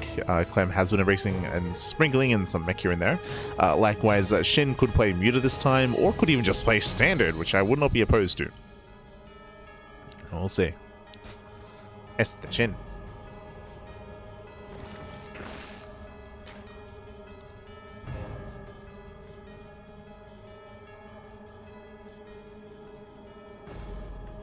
It's Christmas there? No. See, our Christmas is in the summer, so the idea of snow and stuff for Christmas is very abnormal. Nah. We celebrate Christmas in thongs and with barbecues. Yes. That's how we Christmas. Oh. You know, the Reaver does poke in. Yeah, it does poke in. Pokes in, pulls away. SHIN so far just maintaining himself.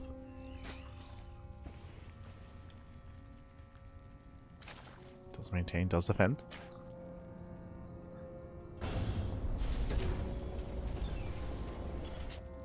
Likewise, you see Clem looking for another way in. Could be zoned away. And we are going for an early Evo chamber this time. Okay, so early chamber out of SHIN before the third. Like, once again, very 2-base heavy. Very, very 2-base heavy here from SHIN. Late third base. Can we delay? Jesus. Whew. As the third is going to be thrown down just barely. At the same time, Clem going for a straight up 1-1-1. So hyper aggression here from Clem, going for a 1-1-1 build. Last game we saw a fast third CC. Here it's going to be a very delayed third CC out of Clem. So late expansion, faster Starport, faster Banshee, heavier Hellion production, a much more aggressive early to mid game out of Clem. Technically this can lead into like Hellbats and things of that nature, which we have seen Clem mix in. As Helly's epic forward. Oh, do we have any lings? No, 0 lings. Yeah, 0 lings to defend. 3 drones going to be going down. Getting to 4 drone kills. Is going to get a hand. Oh my god.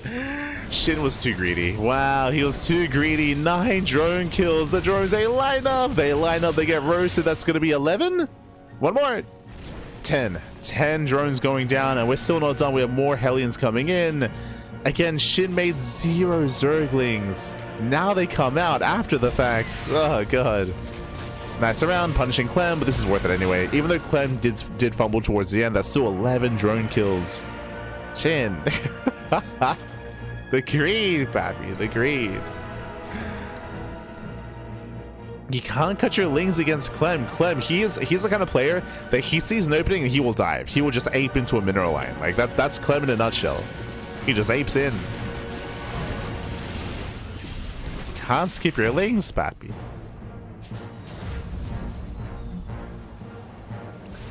Behind this, we have our 3-1-1 setup, getting to Sim. Clem has a very comfortable start here as he has punished SHIN. It isn't just that SHIN lost a bunch of workers, but it's that SHIN had a late third as well. Remember, he had a late third expansion, and now he loses a bunch of workers, so it's a very shaky start here. Now, you could argue that because of the lava spawn rate that SHIN, losing all those workers, he can recover faster. That is true. Like, he'll have an easier time recovering, but it's still a rough start for the Zerg. As lings are thrown away, the Overlord is going to be hunted down. It's a will supply block. Yes, not supply. Extra Overlords on the way. Behind this, at least SHIN does have fast +1 carapace, so we're getting into 1-1 upgrades into our lair, into baneling speed, in towards the mid game. SHIN is getting into full saturation, and behind this, we do see Clem finally getting his own third. So there's a lot going on here. It's a really awkward game state. On the one hand, SHIN lost a bunch of workers and SHIN got punished. That is true. At the same time, Clem has a late third, like very, very late. So yes, SHIN's economy is hindered, but so is Clem's. And Clem, because his third is so delayed, we have to get some damage done here. We're building up tanks, we're building up marines, Stim is on the horizon, and Clem is going to go for a push, he's going to go for a timing, and if this doesn't get damage done, then Clem will start to fall behind. SHIN at this point has recovered economically. Here comes Clem's move out. He will get spotted. Nice scout. SHIN is aware. SHIN is aware of the move out. Banelings are morphing in. No bailing speed. Wait, do we have the lair? Lair is done. Bailing speed is only. He's late. He now notices late bailing speed. Clem is moving in, and we have slow banes to defend. They should not connect. They should not connect. The creep will help, of course. But again, bailing speed was forgotten. Now going to be collapsing in. Oh, massive tank shots here on the banelings. Oh no! They connect. Wow, nice surround here from SHIN. He surrounds the Marines, and even with the slow bailing, SHIN, he will hold. He will hold on. Clem did slip up, did get surrounded, and SHIN is holding. And this is where I start to be a little bit more concerned for Clem. We spoke about how because Clem's third is so delayed, he has to get damage done. And I will say that Clem did trade well. That is true. And Clem isn't done. Okay, he's not done with the aggression. He's still reinforcing. He's still rallying. This isn't over yet. Clem is looking for more. Bailing speed is almost complete. Lings, they bypass the army. They're headed straight for the third. The third is exposed. Fourth base may go down, but SCVs will fall as well. Oh, no, they won't. Never mind. Lift. Lift. Oh, it does lift. It does lift up. Bailing speed is complete. Hatchery does fall. SHIN is knocked down to 3 bases. At the same time, though, Clem is still yet to claim his own third. As SCVs, they pull away. Oh. Massive tank shots. Clem turns around, and Clem defends well. He defends very nicely here. Clem defends well, turns back around. SHIN back across the map. He's still trying to build up his own Link Bane. Droning up to 64. Lack of fourth base is really slowing SHIN down. So once again, we're in this position where the mid-game is very shaky. Mid-game is very shaky for SHIN. And Clem has momentum. Has a larger army. Because of all this aggression as well, you can see that there's no active tumors. There's one active tumor here on the right-hand side. There's some active tumors connecting to the fourth base, but the creep spread is very lackluster for SHIN. But we've seen this before. As Clem moves out, SHIN moves in. SHIN moves in, delays some mining. SHIN turning back around. Clem, he wants that fourth base. Does scan. SHIN setting up with the surround. Uh-oh. Yeah, the surround is coming. And I don't think Clem can deal with it. Yeah, Bailings, they collapse in. Clem has to lift. We'll lose the tanks. And SHIN holds. Wow, SHIN, he holds on. He holds on to the fourth base. SHIN still has some droning to do. 63 drones so far. The drone count is still very low. It's still very messy. Very messy, but...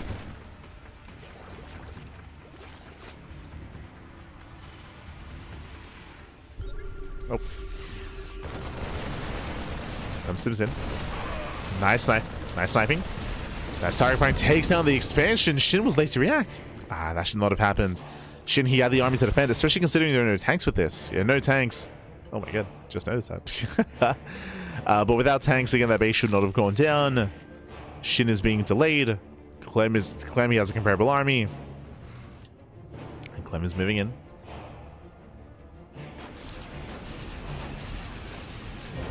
Oh, nice target firing. Gets Bailing, Liberator harassing to the main base. Sorting away the Overlord. And does it away.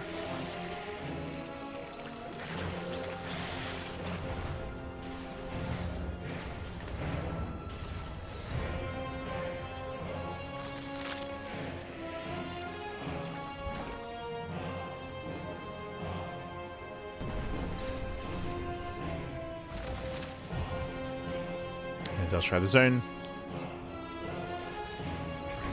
Won't get too much damage done, but here comes the main push. And again, Clem is maxed. And Clem is the first way to max out as well.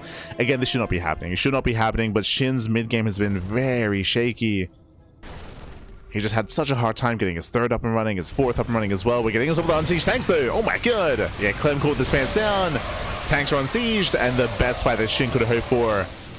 Yeah, collapsing on every single tank. Oof. Catching up Marines as well. SHIN pushing out. And back at him, what do we have to defend? We have one tank, we have one Widowmine. Clem is getting cornered. He has to boost away. It does boost across the map. Clem, he defends with a minimum. He defends back at home.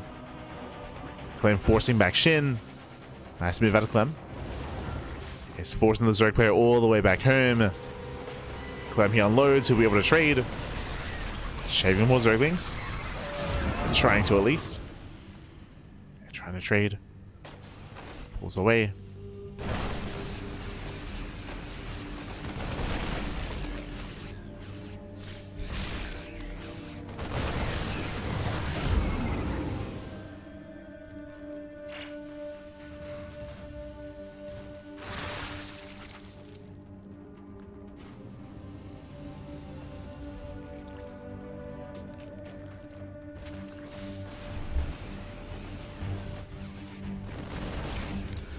Clem he pulls back, he pulls away. Due to all this drop play, he was just buying time. He was distracting SHIN. So Clem is remaxed, he's rebuilt. 3-3s on the way. SHIN is still stuck with a Lair Tech army. Show some mine shots. Not the best connections. Mine shots are only on Lings. Banelings they roll in. Oh, they don't connect. Yeah, they barely don't connect. Catching up medevacs. Oh my god, a 1-2-3 medevac's going to be going down. Some heavy losses there for Clem. At the same time, there's a backstab. It gets into the mineral line. Does he get into the drones? He's going for the expansion. Oh my god, it is worth it. Yeah, it takes down the hatchery. Gold base is denied as well. SHIN down to 4 bases. And down to 4 expansions. Once again, Clem just making sure that SHIN, his economy, his production, it's still being stifled. Still cannot keep up.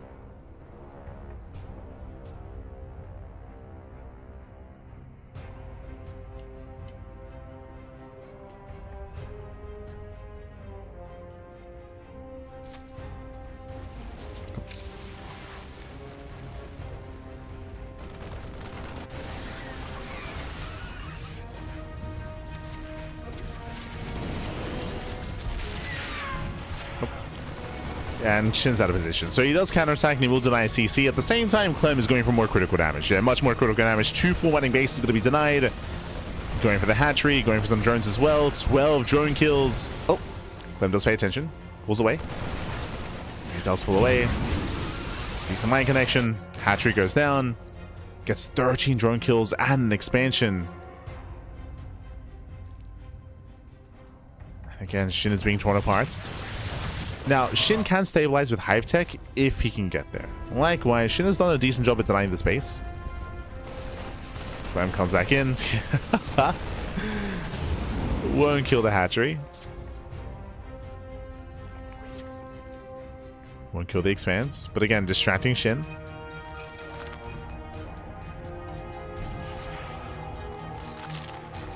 Closing a distraction, reinforcements on the way. Clem, he wants his expansion, he wants his space. He wants it.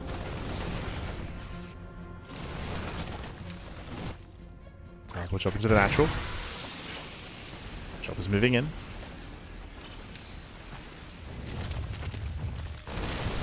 Lurkers have arrived. I mentioned this earlier here, but Lingmane Hydra was having a hard time keeping up, and now with Lurkers, now we can hold. I can hold on. SHIN can buy more time, build up more Lurkers. Lurker then was just sniped. Even getting the pit as well. Very nice. No pit, no Lurker den. I'm sniping tech. Rotating around towards one of the fresh mining bases. SHIN not quite in position. Lurkers are late to respond. Liberation has arrived. Shows some Banelings. Oh my god. Massive connections. And Clem was late to react. Banelings, they smash in. SHIN is holding. He's holding on back. SHIN is holding, is defending. Lurker does move into the mineral line. A scan would be enough here.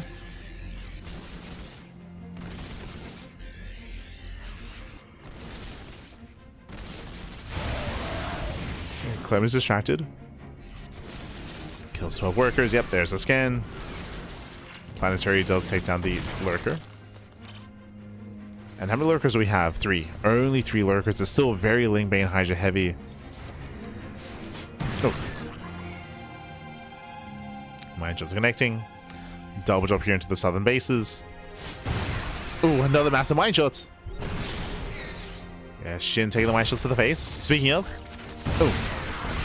Another mine connects. Lane Bane rolling in. And Clem is keeping up. Yeah, Clem is keeping up. He once again turns away.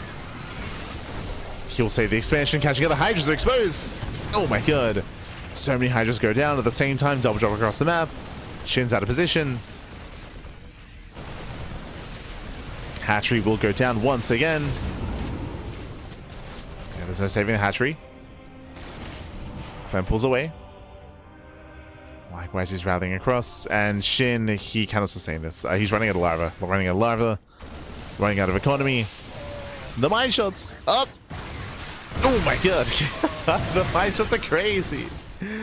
Yeah, Widow Mines, they pop off. They punish Shin at the same time. Double drop is activated once again. This time Shin is in position. He has one lurker, but it's exposed. It's gonna go down.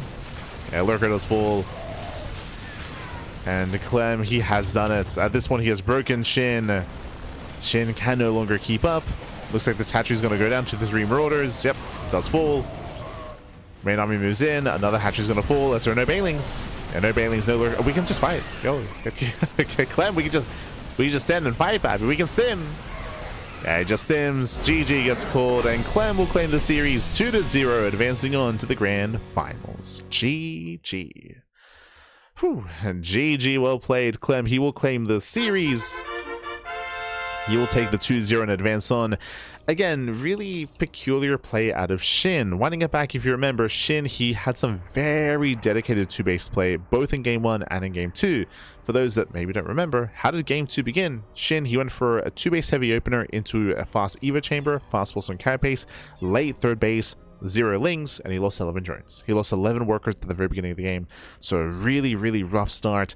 From there, we saw that Clem went for a 1-1-1 late 3rd base. He went for a 3-1-1 setup on 2 bases, was hyper aggressive with his tanks, and he was trading well. He was killing bases. He was trading well against Shin, and Shin was having a very hard time droning. Very, very hard time. His 3-base saturation was late. His 4-base saturation was late as well. His tech was delayed. So Shin had a really shaky mid game there, and Clem, for the most part, had momentum. He had control of almost the entire game. It was mainly Shin reacting to Clem, as Clem was being very, very active. Clem had the better economy and had that map control and that momentum. GG. GG, well played. I'll be honest, I don't really like this 2-base heavy play from Shin in ZVT. He did it twice. Game 1, he went 2-base Hydra. Game 2, he went 2-base upgrades into like a late 3rd or late 4th. Like, it's like really 2-base heavy play. Has been kind of slowing Shin down quite heavily in the mid game. Like, but in both games, he was just slowed down because of the opener, because of the build choice, and it never quite paid off. It almost feels like Shin was trying to hard counter like 2-base all-ins. It almost felt like he was trying to hard counter them, but because Clem wasn't going for 2-base all-ins, then Shin just kind of fell behind. But GG. GG, all played. With that, we are getting into our next game. We're going to be getting into our fresh series, the upper semifinals, herO versus Solar. Let's go. Here we go.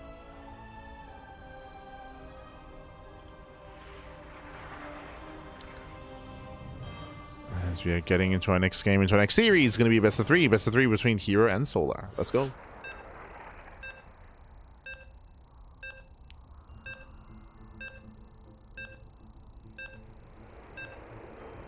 Go.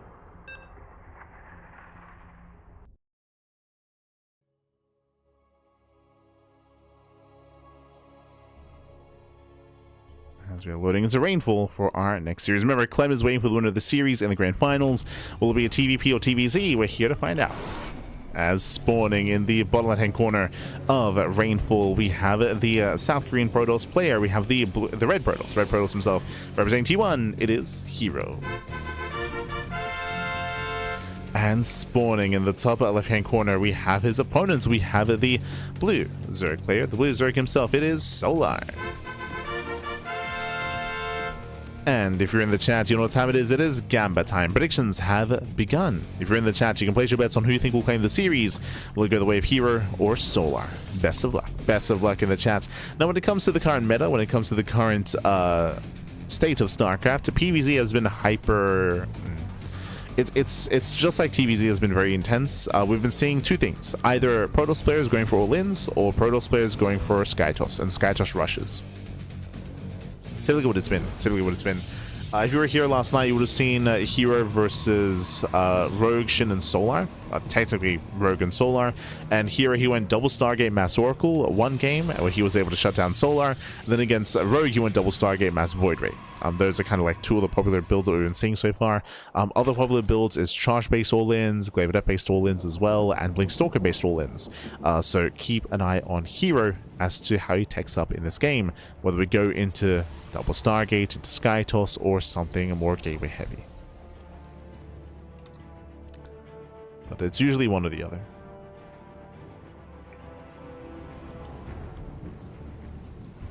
I see in the YouTube chat, thanks for what you do, brother. This channel has become my ultimate background comfort while I WFH. Oh, there you go. Where I work from home. It's all good, Pappy. It's all good. Take care, take care. Glad we're able to bring some entertainment, some comfort in some way. Wish you the best, Pappy. Wish you the best. In your work, I mean. Your work. As for now, again, we are going to be settling in. From here, we're just getting to our gate, Cyber Expand. We should be going for a Stargate opener. We'll keep an eye on the Pylon. Likewise, we'll keep an eye on Solar as well. Now, Solar, he has been very aggressive himself. He's been trying to hard counter double Stargate Void Ray. We've been seeing a lot of blind German taxis. A lot of blind German taxis out of Solar. And Rainfall is known for German taxis as well, so we might see that out of Solar as well. Keep an eye on our Zerg. Keep an eye on our Protoss. Oh, Fast Forge. Okay. Let's go. So Fast Forge out of herO. Now, what does this mean? Now, we can go one of two ways.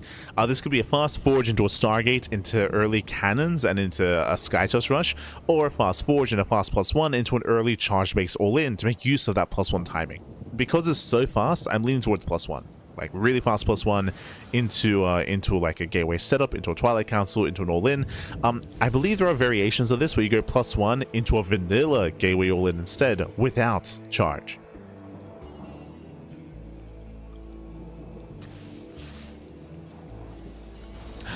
But Solar does have in. Yeah, so wow, he gets a full scout as well. Solar, he does confirm the Forge. He sees it researching, he knows, and Solar should react and respond with a fast and safety Roach Warren.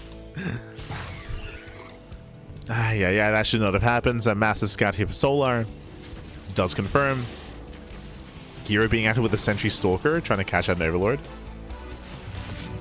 And it looks like it is going to be a vanilla gateway all-in. When I say vanilla gateway, I mean there's no blink, no charge, and no glaives. Robo's on the way, 2 more gates as well. It's going to be very heavy, like Immortal, vanilla Zealots, vanilla Stalkers, and almost like a Soul Train-esque all-in with +1. Now, because Solar saw the Forge, I mean, because it saw the upgrade, we should be seeing a safety Roach Warren, 100%. No shot we go Ling Bane. Ling Bane can work, but it's going to be very difficult to pull off. Lings, they confirm the wall, they confirm the Robo. I guess Soul Trains are a little bit stronger because of the change to the Force Fields. Remember, Force Fields, they no longer break with a Ravager Pile. Now, instead of Ravager Piles, they reduce the duration by half. So as a result, Sentry Race all-ins might be a little bit better, but just more viable. I'm curious if we warp in sentries or not. But regardless, 2-base all-in. 2-base all-in here from herO, which is one of the 2 options that we said. It's either Skytoss Rush or just 2-base all-in. Oh, we said all-in, to be fair, which is a little bit more vague. There are 3-base all-ins that you can go for as well.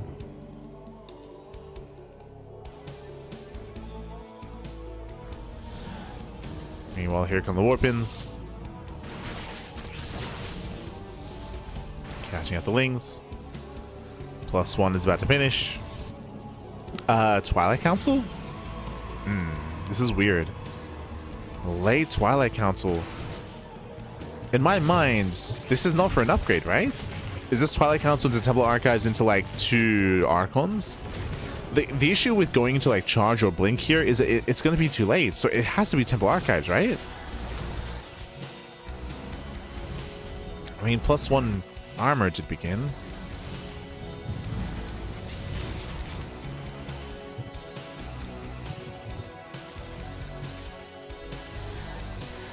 He's going into blink. Okay. He's going into blink Stalkers. Very late blink.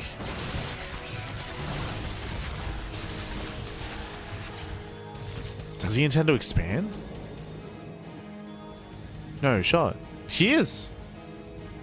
So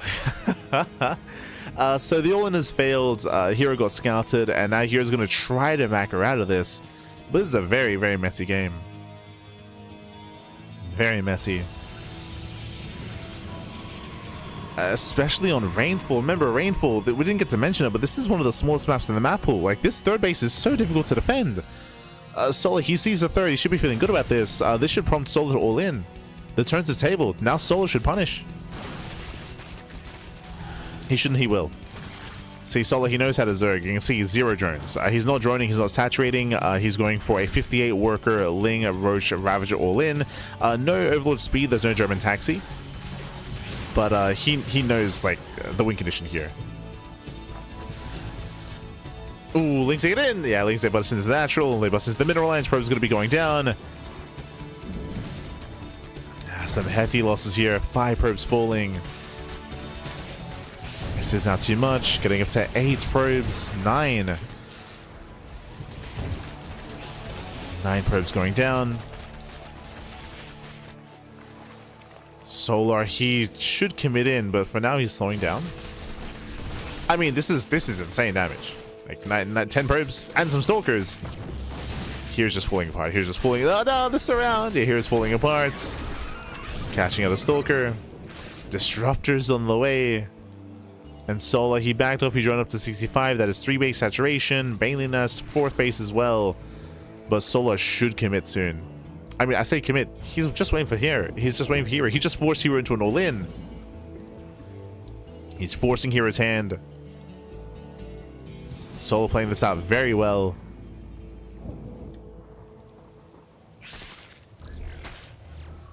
Safe again.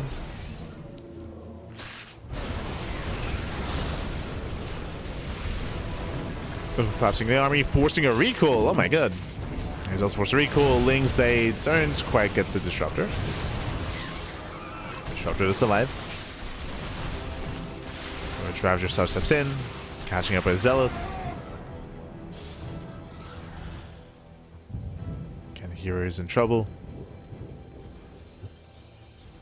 And Solar should soon come to hero.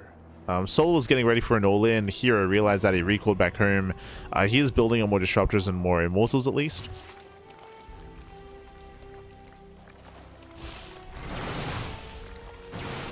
And Solar, he should soon move out. Just waiting for bailing speed.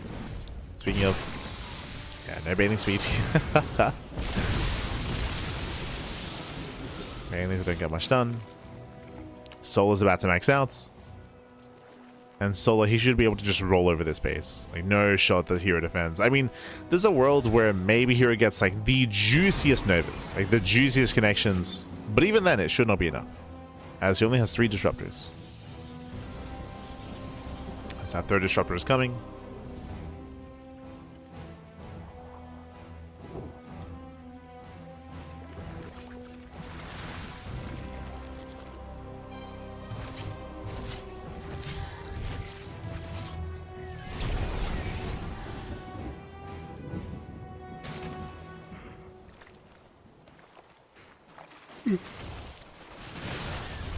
Here comes the main army. There he goes up. Good connect. Okay. Good connection.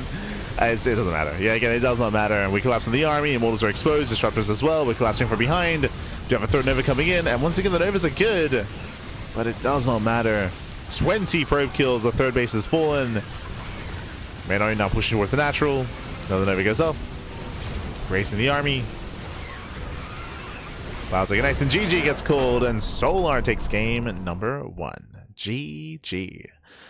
Whew. GG, well played. Solar takes the lead in the series. Again, just a really rough start there for hero. Winding it back, if you remember what happened in this game, well, hero, he went for a fast forge. He went for fast +1 into what was supposed to be a 2-base all-in, but he got scattered early. We saw the one Zergling from Solar got into the main base and saw everything that he needed to, and because of that one scout, Solar, he played roaches. He played it safe, he did not over-drone, he deflected the first push, and that meant that he was able to get a Ling run by going as well, and get ready for the third base, and it was just a very, very shaky game there from herO.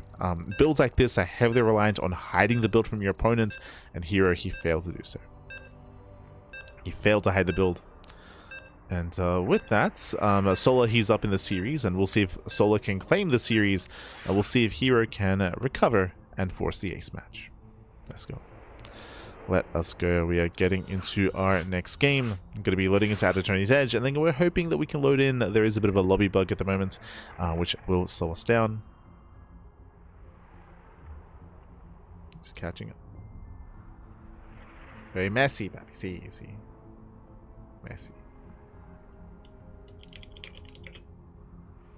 Is he still in the World Cup? Is he? No. He is. Let's go.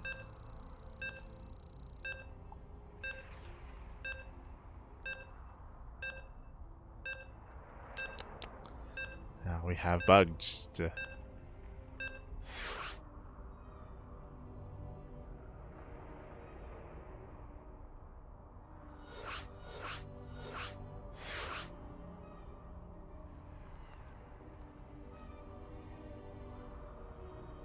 The match is at 5 AM in the morning. It's crazy.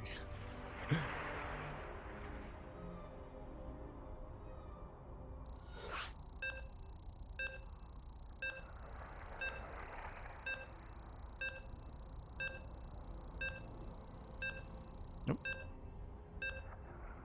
Hey, we got in. Beautiful.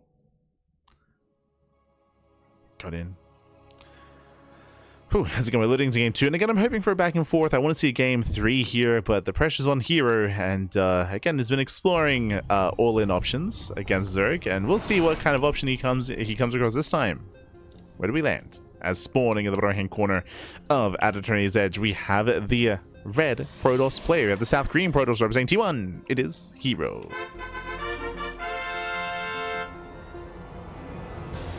And spawning in the bottom-hand corner. So top left-hand corner, we have the South Korean Zerg player. We have the blue Zerg leading the series 1-0. It is Solar.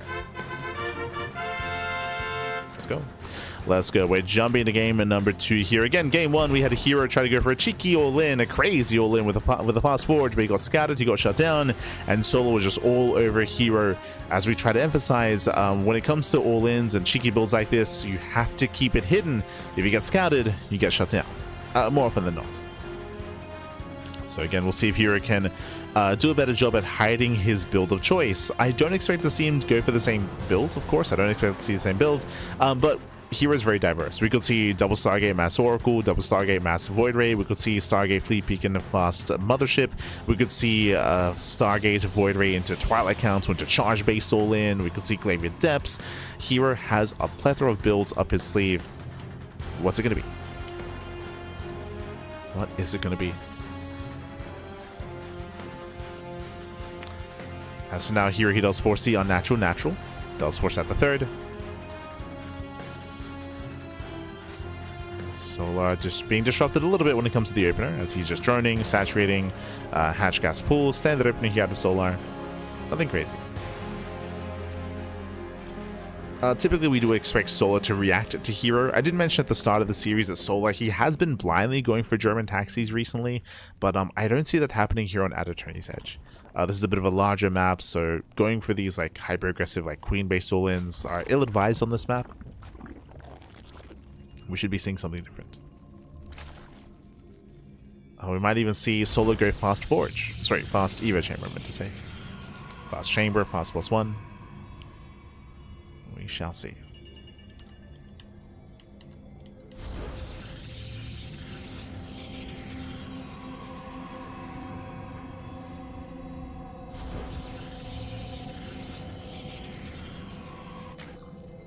As that proves being as annoying as possible. Oh! Taking some hits. Pulls away.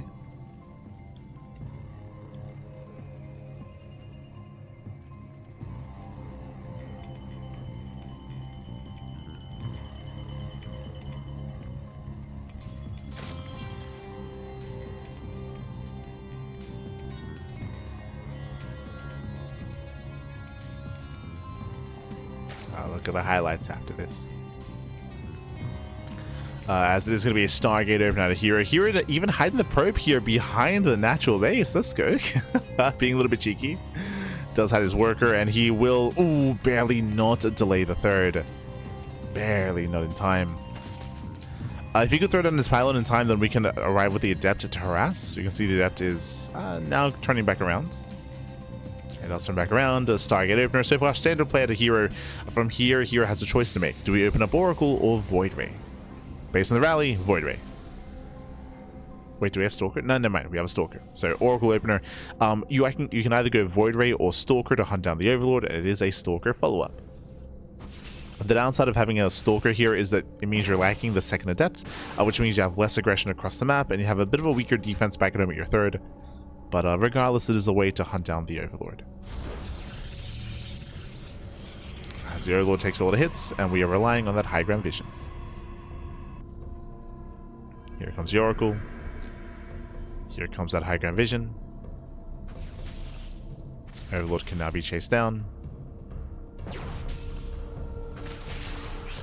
Oh, a very nice snipe at a Solo. Oh my god. Solo will lose the Overlord, but he will kill the probe.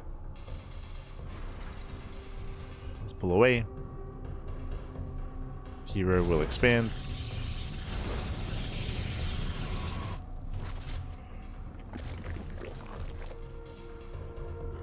And now we're waiting for the tech of choice.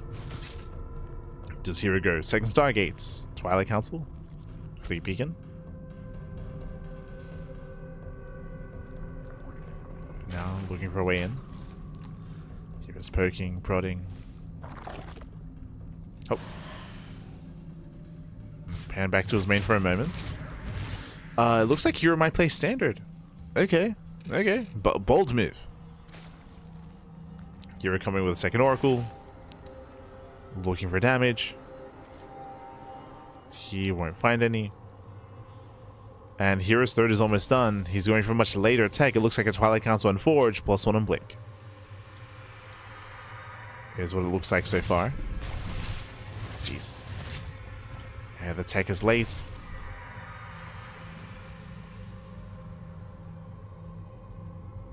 Here's sitting up with the third. Being active with 3 Oracles. But herO's banking resources. We have 600 minerals, 300 gas. There it is. This is very delayed here. We're going double Stargate into the Fleet Beacon. We are rushing Skytoss. Okay, now we'll see if herO can get away with this. He did open up triple Oracle. This will keep the third base safe. Meanwhile, he was warping into depths. Oh, okay. Solo with his pants down. Yeah, the pants are down. We're lacking Lings. 6 drones going to be falling. Very nice harassing damage. Yeah, very nice damage here. He busts into the natural as well. And Solo, he's late to react, late to respond. This is critical damage already here. 11 drones going down to Vanilla Adepts. Yeah, critical damage, 11 drone kills. Triple Oracle outside of the main. Looking for a way in. Fleet Beacon is done, and now we can rush Skytoss. Remember we had options here. It's either 2-base all-in or Skytoss, and we had a 2-base all-in in game 1 for herO, game 2, Skytoss. That's what the bet is. It's one or the other. Now, what I will say is that this variation of Skytoss is really interesting. It's very fun. What I mean by that is, one, the Adepts have gotten a lot of damage. Solar has been punished for his greed. On top of that, because there's no Void Rays, the last thing on Solar's mind is Skytoss. Usually when you go into carriers, and what really tips you off for like carrier production and Fleet Beacon play is a Void Ray. So by not going Void Ray, and also by not going +1 air attack either, there's very limited ways for Solar to kind of piece together what's happening. Now, Solar, he didn't scout the main base. He's just now moving in with the Overseer. Solar is blindly going Spire. So honestly, really good read. In my mind, this is just a read of the current meta of ZVP, right? Because Skytoss is so common, he's just kind of reading this as Skytoss anyway. And just preparing for it. Overseer goes in, and the Overseer will confirm the mass Stargate and mass Void Ray that's coming. So it's going to be double carrier into Voids, into Mothership. Corruptors are going to be ideal. So far, catching at 1, 2, 3, 4, 5 more drones. Oh my god. That is 21 drone kills. Again, Sola's defense has been lacking. Straight up, has been lacking. Has been left wanting.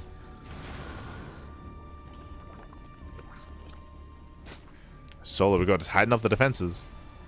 This is allowing herO to have a comparable economy. Sola should be maxing out right now, or should be done droning by now. But again, it's heavily delayed because he has lost over 20 workers. And it's allowing herO to build up into Skytoss and to snowball out of control. Now, what's scary here is that hero's expanding towards his opponents. We have the cannons and the batteries here at the halfway mark. The gold base is going to be under fire to the Tempest and Skytoss army that's going to be amassing. Based on our expansion pattern here, I'd have to favor herO.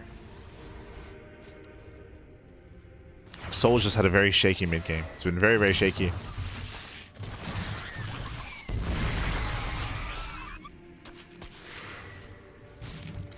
Shades into the natural.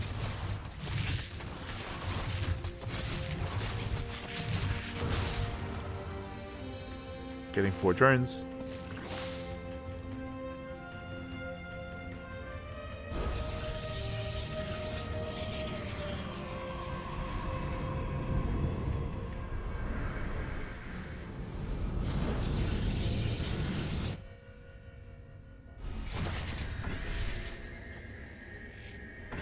Being active, the corruptors are amassing.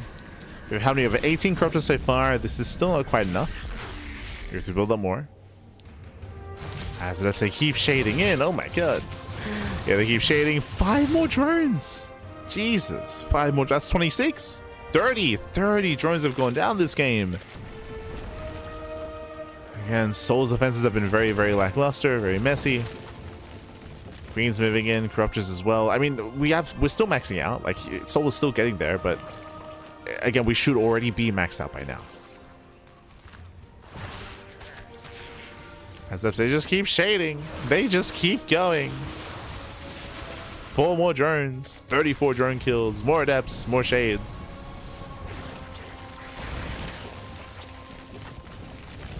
Solo pushing forward. Running into a wall of Void Rays. That's 11 Void Rays here for herO. Now, ideally, herO wants to stagger his prismatic alignments. You don't want to waste everything at once. Oh, 1 Void goes down. Ravager's coming in with their piles. Queen's the support. There's the first cloak. Yeah, cloak and prismatic alignment and slow zone. It's all activated. This feels a little bit too much. Yeah, here he activates everything at once, so he has no cooldowns left. Corruptors, they move in, and Voiders are going down. Mothership goes down as well. Heavy losses for herO. Again, usually you want to use them one at a time. So first Cloak, then the Slow Zone after, then the Prismatic Alignment, or whichever way you choose. To burn everything at once, Soul has done it. Soul, he has done it. He has broken the base, he has broken the main army. As herO, he is struggling. And despite Solo losing all those drones earlier, it didn't matter. It did not matter. He's got the gold up and running as well with some saturation. The expansion has fallen. herO, he's down to 1 carrier. He's down to 3 Tempests, 0 Mothership, and only 9 of Void Rays. Soul just needs to back off and come back in again. And again, herO just got too excited. He just got too excited. Army came in and he just blew everything at once. It was so excited that. Here, Prismatic Alignment is about to run out. Corruptors, they move in. This is also why I mentioned that ideally you want to be staggering your Prismatic Alignment to buy more time. Oof. Van Biles, a zone. Corruptors, they focus down. We do see here trying to dive in. He steps forward into the Queens though. And it looks like he will catch out most of the Corruptors. It's still getting quite messy. Yeah, Queens are holding their own. They snipe more Void Rays. Oh my god. 2 more Voids going down. Bots are connecting. This is it. Down to 5 Void Rays. Meanwhile, Stargates are falling as well. More Corruptors are amassing. It's getting messy. It is getting messy. Oh, that's friendly fire. Yeah, a bit of friendly fire, but in the end, the base will fall. Snipes the 3rd. And now Soul just pulls back. He just pulls back to the spores. Just pulls back to the safeness of those spores.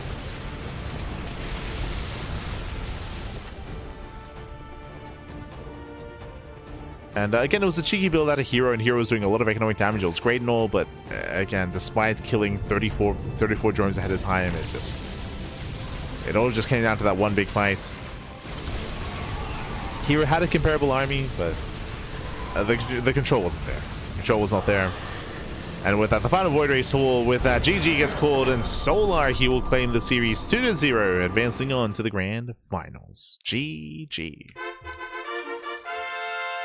GG, well played. With that, congratulations, Solar. He will claim the series and he will advance on into those grand finals. Again, it was a really interesting variation of Skytoss Rush out of herO. We've been seeing a lot of different variations.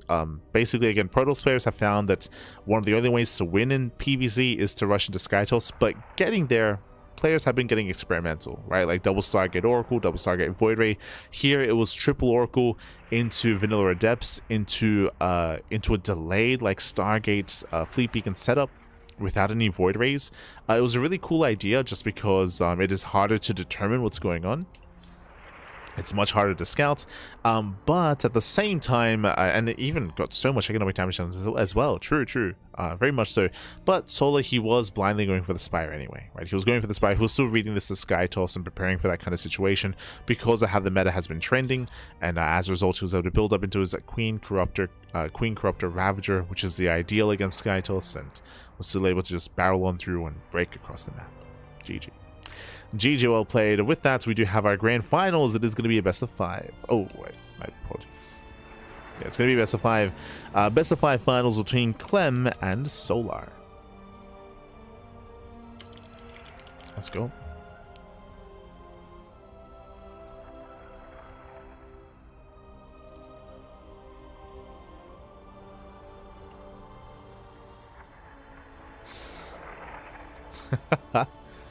Solo saying the Terran is in, baby. Sure. Oh, no.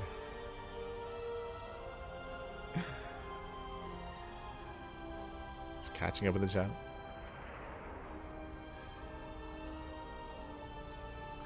That's Micro right here. They're dodging biles and target firing. Yeah, he was doing the best he could with his Void Race towards the end, but I would say that herO did miss Micro at the beginning of the fights. Once again, just to re-emphasize, I would say that herO had the tools to defend, but I would say that the beginning of the fight was pretty awful there. So winding it back, remember what happened. herO, he activated Cloak, and then he activated the Slow Zone, and then he activated Prismatic Alignment, all one after the other, without the first one running out either. So he kind of like burned all of his cooldowns immediately when you do need to stagger your cooldowns. Otherwise, you're just left with a big window of time where you have no spells available to you. So again, that's why I was trying to emphasize that herO, he got like a little bit too excited or maybe a little bit too frazzled when it came to the beginning of the fight, because he just activated everything, and then once it all ran out, it's like that was it. Like that was it. herO was broken. GG. GG. So in chat, did they fix the tank evac and mine evac bugs? No. I believe those bugs are still very much so a thing.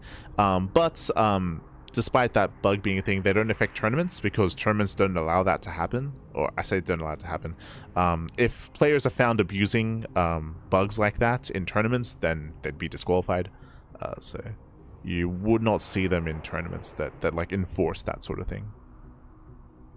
So like we were enforcing that over the weekend for our Sparkling Tuna Cup. Wardy's enforcing that here as well, and I imagine all tournaments are going to be doing that. Just because there's no way to accidentally like do the tank evac bug or the mine drop bug. It's very intentional if it's done. So you won't be seeing those in tournaments, but you will see those on like ladder streams, for example. Yeah.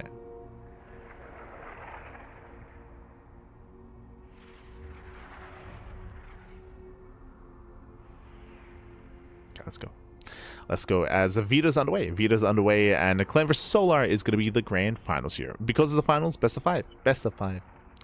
Just catching up. Happy Monday on Tuesday, yes. Bienvenidos.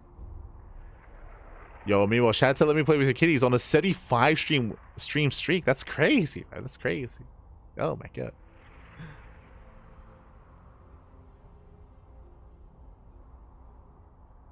There we go.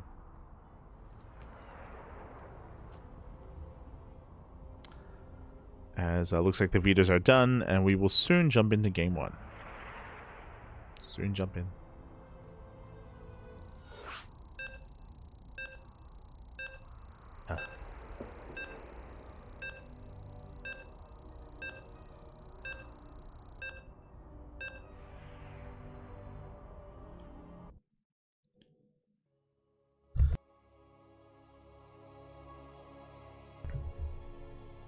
As the grand finals are upon us here, and oh boy, we'll see how our players can hold on against each other and how our players will adjust throughout the course of the series. There's a lot to get into when it comes to our TVC, and spawning in the top left hand corner of Rainfall, we have the French Terran player. We have the red Terran representing Team Liquid. It is Clem.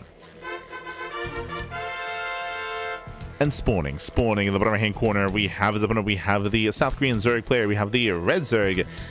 It is Solar.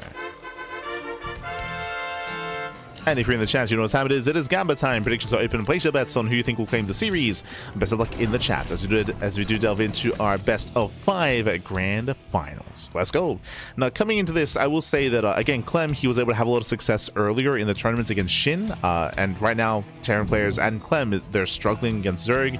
They're struggling against more standard play there. I will say that SHIN is a very unique player. And remember, what was SHIN doing? He was playing very 2-base heavy. He was going 2-base lair into 2-base Hydra all-ins, 2-base like Ling into losing 11 drones to Hellion aggression. Sorry, just 2-base Eva chamber into +1 carapace without any Lings and losing 11 drones at the start of the game. Like, SHIN was playing very quirky, very different, but that's SHIN, right? Like, SHIN, he's like herO. Like, SHIN, he often comes up with his own builds, his own styles. Like, SHIN, he's a quirky player like that. Solar is a little more standard in ZVT. He's a little more standard, and it should be a very different dynamic here. We'll see if Clem can slow Solar down. We'll see if Clem can try to, again, bring him to his knees and disrupt some of the economy. Otherwise, Solar should be one that embraces a faster 3rd and 4th base economy and drones up and embraces that mid game a lot more. But we'll see. We'll see. For now, hatch, pool, gas. Standard opener out of Solar. Likewise, Clem back at home going for his own standard opener as well.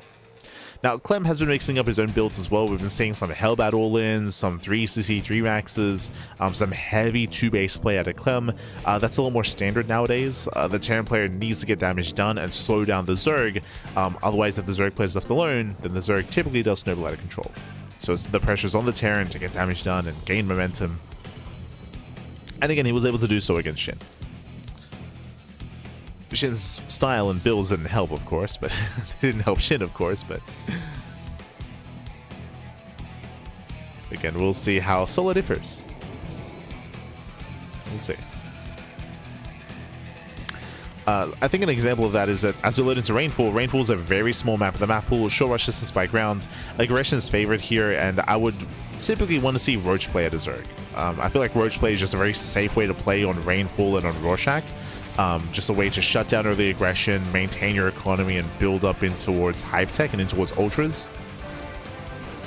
But I do know that, especially with the buff to the Baneling, a lot of players, they do enjoy going Ling Bane instead of going into Roaches. Like, it is viable, but it's still difficult. Like, it's still hard to get away with. So we'll see. For now, Solar, he stays in gas. That's not normal. So Solar, he's keeping 2 in gas here when usually you only have 1. So excess gas mining out of Solar. Are we thinking 2-base layer? Yeah, you can see really fast saturation from Solar. Typically, you do not saturate that gas geyser until you saturate your natural. So Solar, he's sacrificing mineral income for gas income. He has 100 gas. Show us the layer. So if we go 2-base layer, it's looking like 2-base Muta. Meanwhile, Clem is going 3CC. He's going for a 3rd CC into a 3CC 2-on-1. Okay, and there's a 2-base layer. So as you mentioned, we did notice the gas income early. So this screamed 2-base layer into 2-base Muta. Meanwhile, Clem is going for a 3CC 2-on-1. I want to say that typically this build favors Clem, but on the latest patch with increased lava spawn rate, I believe the Solar should be okay with this. Usually the stim timing should be able to punish a player that's rushing Muta, but I think that Solar, as long as he realizes what's going on, should have enough Zerglings to defend. Should have enough. We've seen this in Rorschach, if you remember. We saw this in Rorschach like last week. where the 3cc 2-on-1 failed to punish Solar. It was actually the same build. Now, my assumption is that this is Muta play, but technically this could be 2-base Hydra, like we saw at a SHIN. Solar, he does like to mix it in every now and then, but we'll see. Clem does recognize how late the third is, and there it is, 2-base Spire. 2-base Spire, 2-base Muta.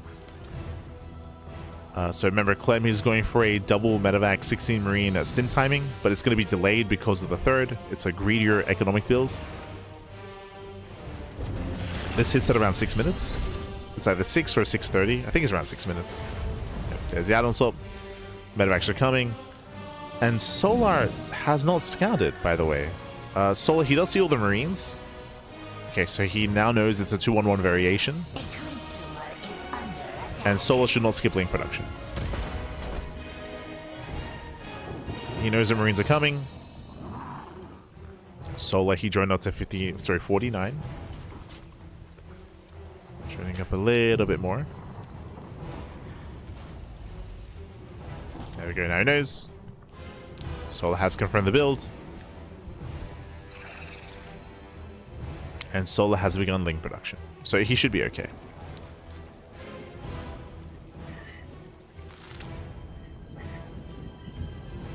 Lings are amassing. This drop does arrive at around, what, like 6:15? 6:10. Does fully unload though. Uh-oh. Yeah, it does fully unload. Lingbane is responding. And Solar can shut this down without losing mutas.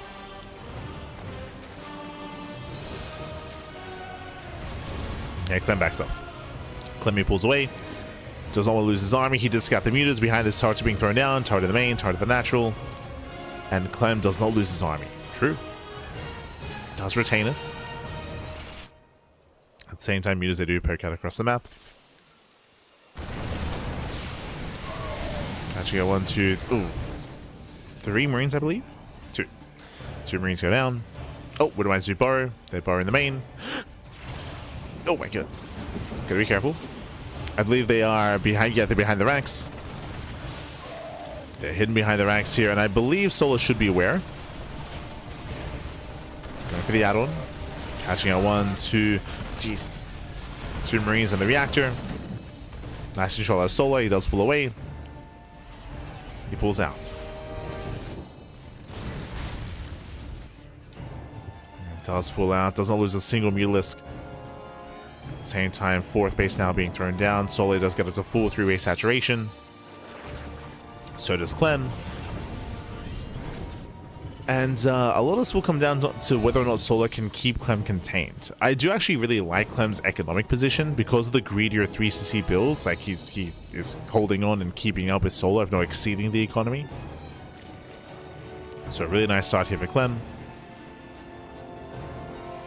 Meanwhile, Solar's trying to be active, that is true, but because this map is so small, you can punish an army being out of position. Quite hard. Clem's moving out.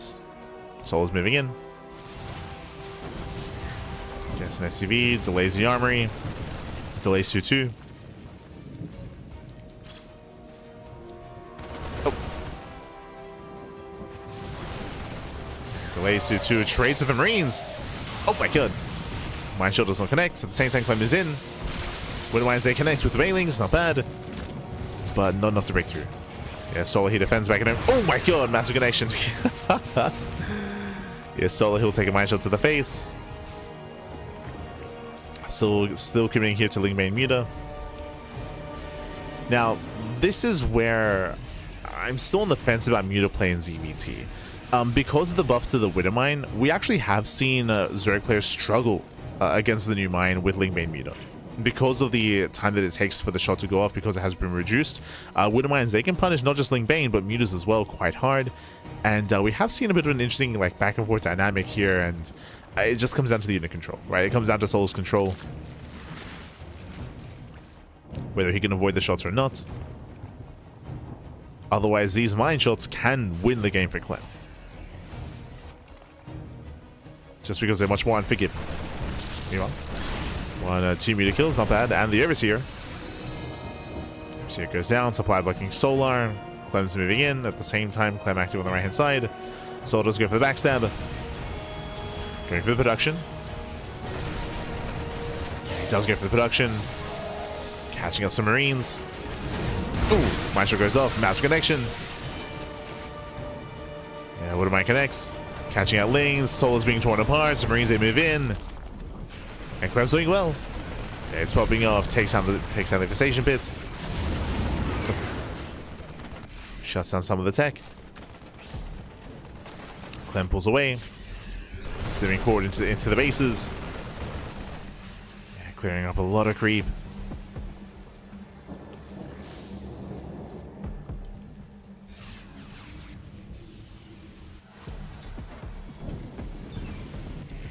And Solar, he's struggling to maintain himself. What's interesting here is that the dynamic has shifted. Oh, the dynamic has shifted. As Solar does not have map control. Not anymore. Clem, he successfully kind of fought him for it, and so far is winning.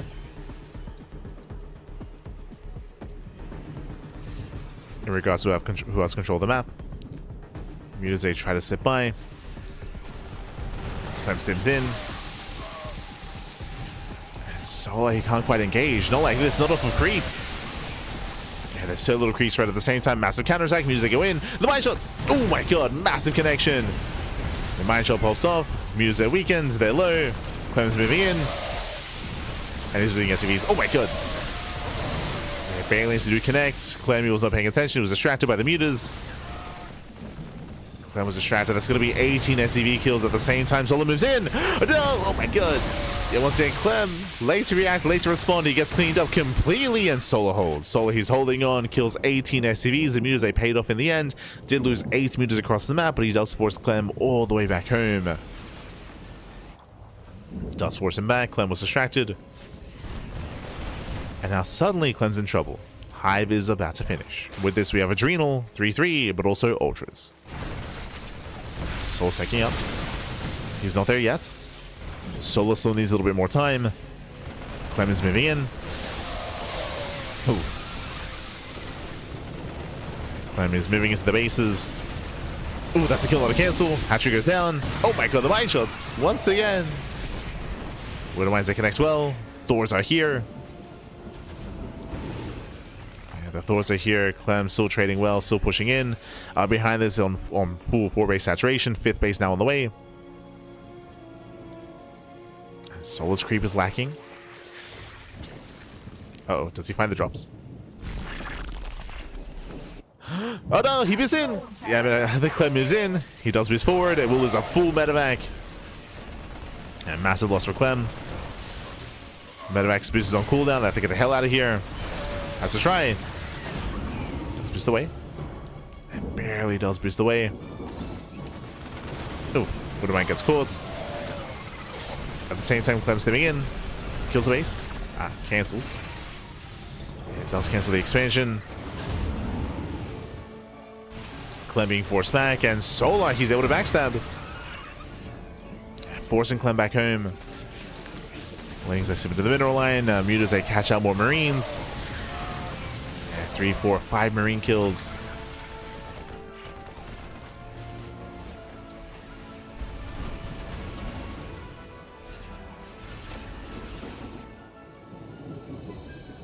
Catch out some of the bio.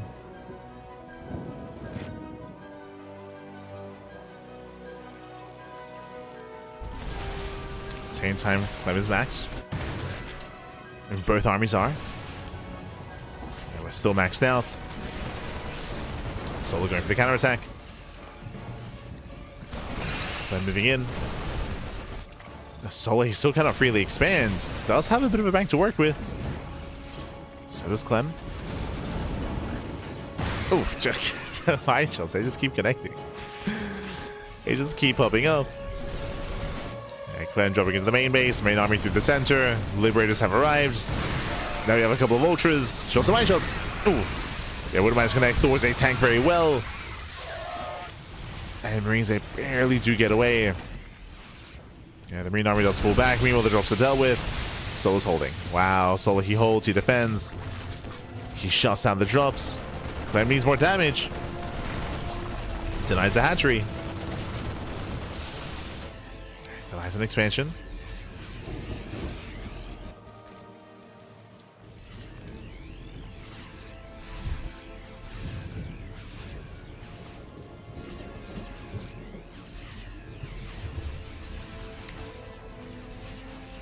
Yeah, it doesn't either base here. Clem, he's down to 69 workers. Nice. Getting another base. Fresh mining. Muses have to punish, and they shouldn't be able to. Yeah, they get two SCVs at the same time. Solo coming in from behind. Catching us some bio. We do have kind of splaiting. We have 3-3. Okay. Ultras have upgrades. Bailey's roll into the mineral line for the first time. Bailey's get in. 17 SCV kills. Critical damage. Some heavy losses here for Clem. Losses he cannot afford. That's going to be 24 CV kills. Ay, ay, ay. Again, the first time this game that Solo's really gone into the mineral line. And Clem is being slowed down. Yeah, Clem is falling apart. You can see here Clem, he has no economy. He's down to 49 workers. Clem, he's run out of steam. He's running out of steam. He has no bank. He has no economy.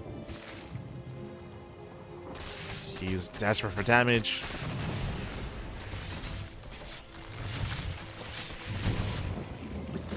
He fought hard. He fought very, very hard here, and he's got one push. He's got one big push in him. Ah, the mines. Wooden mines getting caught out. Trying to bait out some of the shots. Oh, some decent connections. Yeah, decent connections. Ultras they get across the map as well. The Ultras they get kited through the minefield. Very nice kiting here from Clem. Yeah, better engaged, better fight. Clem is holding on. He's holding on, Bappy.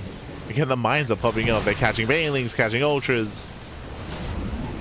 Muta's out of position, dropping into the main base. Soul's racing back home. And you can see how desperate Clem is for damage. This is a desperation move. It's going to be one way. It's going to be a one-way trip here for Clem. Going for the hive. Let's go. Yeah, trying to go for the hive. Picks up. Again, we'll lose every single medevac. Or at least he should. Yeah, he will. He will. There's no escaping this. Again, when Clem dove into the main base, he kind of sealed his fate. As he will lose the entire army. At the same time, he does rally his reinforcements towards bottom left. Gets one more base. One more expansion. Nice mine shots. But Sola has the bank. That's all that matters. Sola has money. And this triple drop is also going to be hunted down. Oh. It's a triple, it's a quadruple drop. It's also going to be hunted down. At least it should. Never mind. Clem gets away. Solar stepping up. But it may not matter. It may not matter. As the drop gets across the map.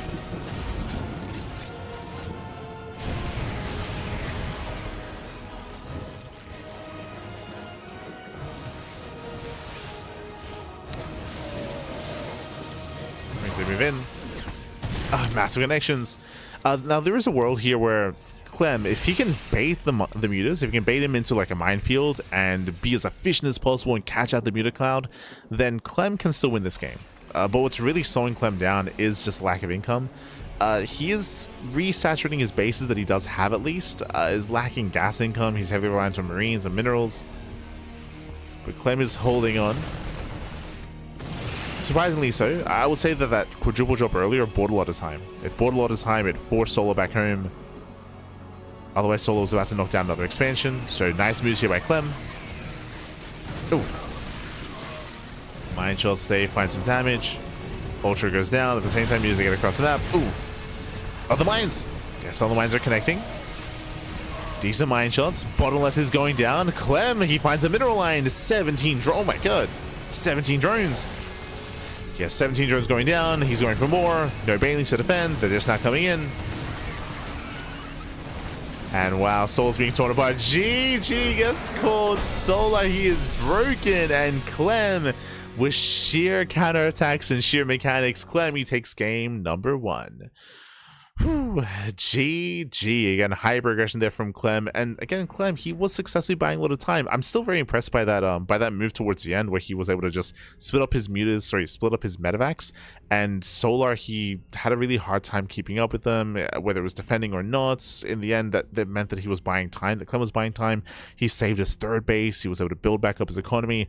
And in the end, Solar, he was just torn apart. He was torn apart, bled out too much. GG, well played. A very, very shaky game there for Clem, but he did bring it back towards the end. Did bring it back. GG, well played with that. Clem takes the lead in the series, and now we're going to be loading game number 2. Let's go. Going to be loading into @Attorney's Edge. Now, I will say that this the aggression from Clem is easier to accomplish on Rainfall and Rorschach. We mentioned this at the start of the game, but Rainfall and Rorschach, they're both the smallest maps in the map pool, and aggression is favored. Aggression is easier on this map. As we load into larger maps, it is going to be much more difficult for Clem to get that damage done and to keep up that momentum and to keep up that pressure, right? Like right now, TVZ is all about keeping up as much pressure as possible. You saw that there was almost no room to breathe there. There was almost no downtime. Once the ball started rolling, it kept going. That's the current state of TVZ. And as soon as the Terran player stops doing damage, as soon as they stop being aggressive, then everything just turns south. So there's very much so a lot of pressure on Clem to try to keep up that pace throughout the course of the entire series, and we'll see if he can keep it up coming in game number 2. Let's go. Let us go. Spawning in the top left-hand corner of @Attorney's Edge, we have the French Terran player. We have the red Terran representing Team Liquid, leading the series 1-0. It is Clem. And spawning in the bottom right-hand corner, we have the blue Zerg player, the South Korean Zerg representing himself down the series. It is Solar.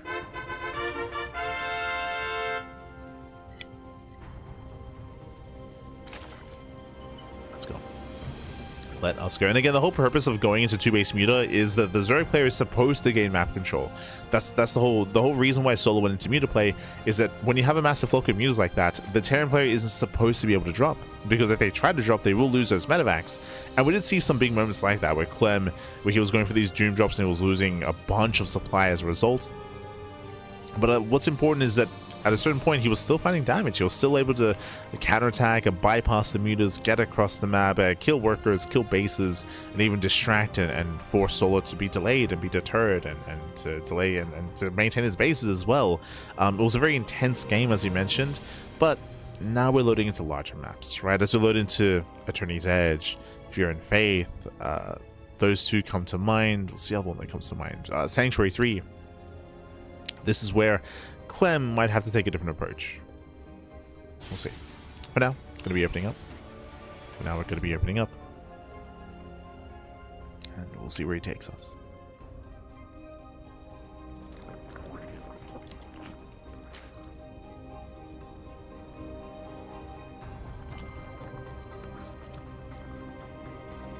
Here we go.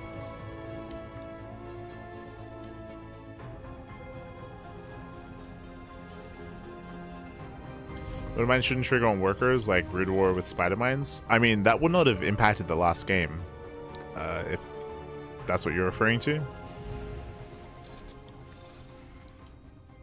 I don't think Widow mines killing workers is not an issue in StarCraft.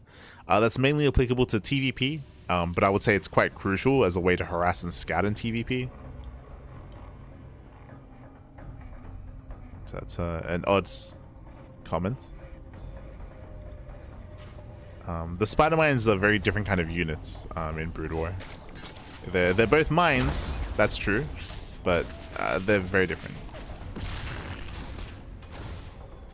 I would say they kind of play different roles. It's always important to bear that. We bring this up all the time whenever we cast StarCraft Evolution, where Brood War races and SC2 races are the same in name only. Like they play very differently. And that's not a bad thing, right? Like they're different games, different metas.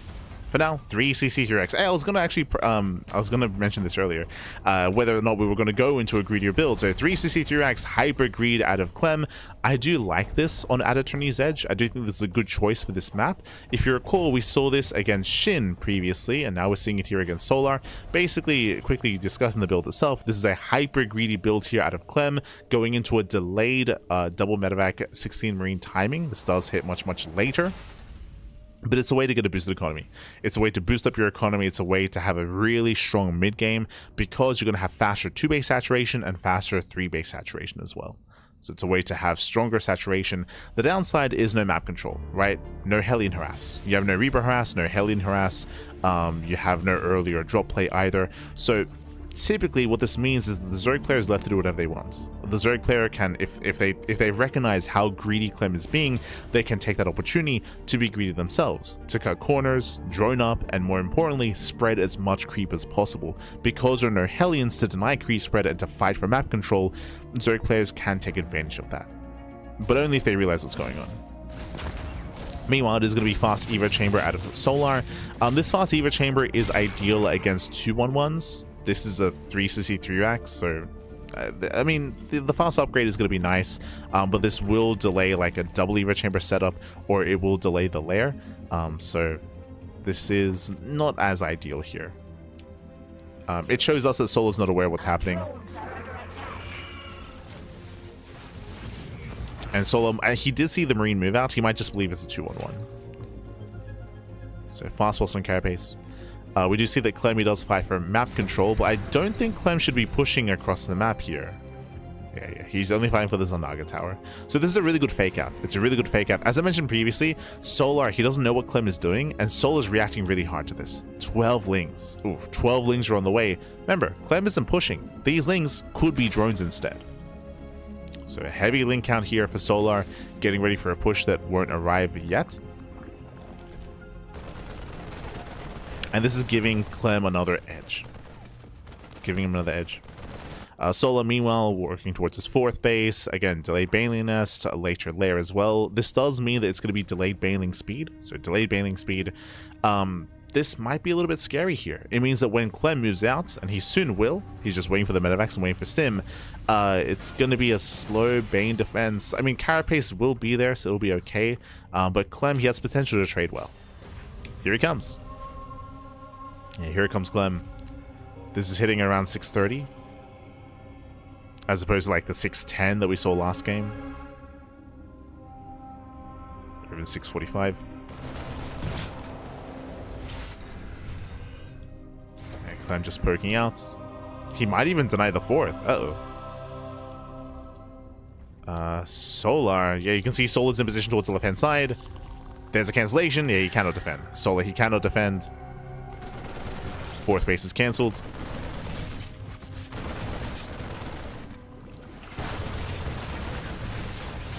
Oh, Dust Force pickup. Catching up some Marines. Behind this Solar, he's going to be joining with his 4th base, at least on the left-hand side. And Clem, he's trading well so far. Catching out the Overlord, shaving off some lings. Oh, Queens, they attempt to intercept. Clem does notice. Clem, he notices, he pulls away behind this, building up his mines.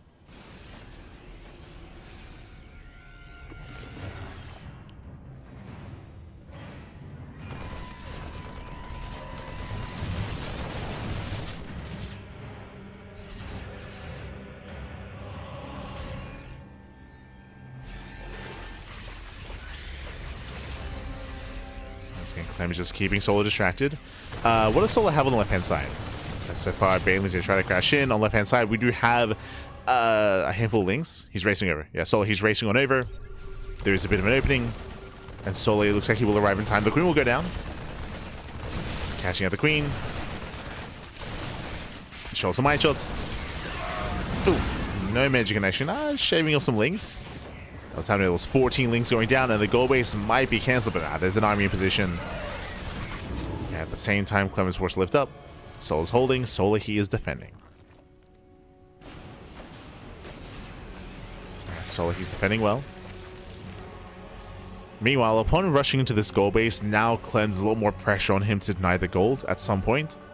For now, pushing on the right-hand side, and Solar has to split. Splitting up the army. Looks like Solo, he has the majority of his forces here towards the gold, which makes sense. Has the majority towards the gold base. We have 7 Banelings here on the right-hand side. Widowmine does burrow. Can we catch a queen? And Marines, they stim in. Mines are setting up as well. Solo, he needs more units. Lings are flooding in. Oh my god, massive mine shots. Yeah, brutal mine shots here. Not again. Oh my god. Yeah, the mines are connecting. Clem trades well. Dropping into the main, and the gold is going to go down. Massive pick off. That's all he wanted. That's all that Clem wanted. Kill the gold. He got it. Kills the gold base. Drops into the main. Picks up, pulls away. Keeps on simming forward. Solo's being torn apart. He's being torn apart here. Having a very hard time keeping up. Drops the mine. Oh my god. The mines, they keep connecting. Catching up more lings.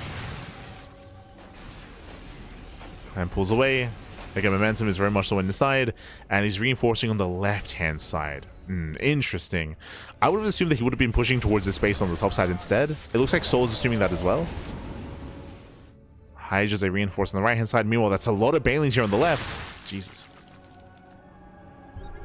Solo, he rotates, but he's more or less in position. Clem, he's pushing far onto creep. He has to get out of here. Yeah, Clem, he has to get out. Picks up. Clem overextends. Again, Clem just misjudging where the army would be. I don't blame him. Did misjudge. You see Solo rotating towards the center. Clem's army gets spotted.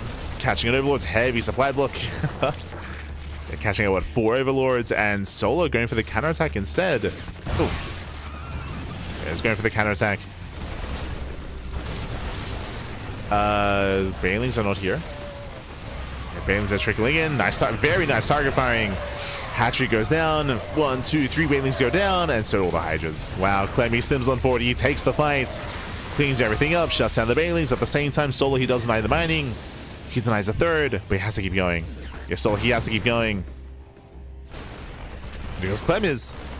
Oh no, the Banelings. Yeah, Banelings, they do not connect. They get caught out, and Clem has done it. Clem, he has done it. He has broken Solar. Queens are going down. Hydras are going down. Bases are falling as well. Everything is on fire. And with that, Clem, he takes a lead in the series. GG gets called. Clem, he'll take a 2-0 lead in the best of 5. GG. Solar, he did have the tools to defend, he did have the army, but he misjudged Clem's rotation. He did misjudge. So Solar, he rotated to the top side because in my opinion, it looked like Solar was assuming that Clem was also going to rotate to the top, but Clem, he doubled back around. He doubled back around, went for that southern push instead, and that forced Solar to counterattack. It forced him to counterattack instead, so Solar had to push in towards the triangular third base, and Solar had no defensive Banelings. He had all of his 20 Banelings across the map, so without defensive Banelings, he was broken. He was torn apart, he lost that southern base, and then we saw Clem not just get the base, but he simmed forward and he cleaned up all the Hydras as well. So he just shut down that southern army, and with that, Clem just snowballed out of control. Meanwhile, we saw that Solar, he had a bunch of Ling Bane dedicated on that northern front, but he didn't really get anything for it. He killed some SEVs, that's it. So in the end, GG well played. Again, Solar having a hard time kind of rotating, keeping up with the movement of Clem. I was quite impressed there by Clem's decision making when it came to when to rotate. There were a couple of times where it looked like Solar was being like duped, where Solar, he was just assuming there was going to be a northern rotation when there wasn't. Like we saw that Clem was mixing it up quite a bit there, and Solar was having a hard time keeping up. Solar was lacking map vision and map control. Solar was just trying to like be a little bit more intuitive when it comes to keeping up with it, where the armor was hitting, and more often than not, he was having a hard time with that. He was just trying to like assume and guess like where Clem would hit first, instead of being able to see the army coming ahead of time with like a spotter Zergling, or with creep spread, of course. But creep was lacking, and it became a lot more chaotic. A lot more chaotic, and with that, we're now going to be loading into game at number 3. Let's go. Turn OP or Clem OP? I mean, I also want to emphasize as well, like, there's a reason why we try to bring it up, and it can be easy to forget it, but how did the game begin in game 2? Remember, Clem went for a greedy build. He went for a 3cc 3 racks, hyper greedy build. Clem is supposed to have a stronger mid game. What did Solar do? Solar went for an early Eva Chamber, early +1 Carapace, and he overmade Lings when Clem faked him out. So Clem had the better early and mid game. Remember, Solar, he was inefficient. He was lacking in drones, and Solar, he lost his 4th base. If you remember, his 4th base was cancelled. So because the early to mid game was so shaky, it gave Clem a little momentum early on, and he made sure that with that momentum, there was very little map control that Solar had. There was lacking crease spread, like once the ball started rolling, like it kept going. It's like a very momentum-based kind of style that Clem has. But here we go. Here we go, spawning in the top right-hand corner of Sanctuary 3. We have the French Terran player. We have the Red Terran representing Team Liquid, leading the series 2-0. It is Clem. And spawning in the bottom left-hand corner, we have his opponent. We have the Blue Zerg player. The Blue Zerg player himself down in the series. Can he bounce back as we're going pool first? It is Solar. But I should also emphasize as well something that I try to hammer home about the current state of TVZ. Like it's very high octane, it's very aggressive, it's very intense. Like as you've seen the last 2 games, like these words perfectly encapsulate like these last 2 games from Clem and Solar. And it looks good for Clem, but it's also important to realize that like if Solar was able to read Clem well there and shut down the first couple of drops, it very quickly swings in favor of Zerg. So this is why like there are some people that are like categorizing this as like all-in, like an all-in style from Terran, and it is in the sense that like once these drops get shut down and when they start failing to get damage done, the Zerg player very quickly like gains map control, maxes out, and just snowballs out of control. Like it's very much on a knife's edge. Like it's on a knife's edge. Like the moment like things start going bad for the Terran, like bam, it just falls off. It just and I think a good example of that is Clem versus herO in the Home Circuit Finals. Clem versus herO alongside, I'm thinking of Clem versus Solar last week as well. But this is also why I think it's important that Clem has been mixing up his builds. Remember, game 1 we saw a 3cc 2-on-1. Last game it was a 3cc 3 racks. Like he has been mixing up his builds. I do think it's important that he's able to kind of hide what he's doing against Solar and force some inefficiencies early on.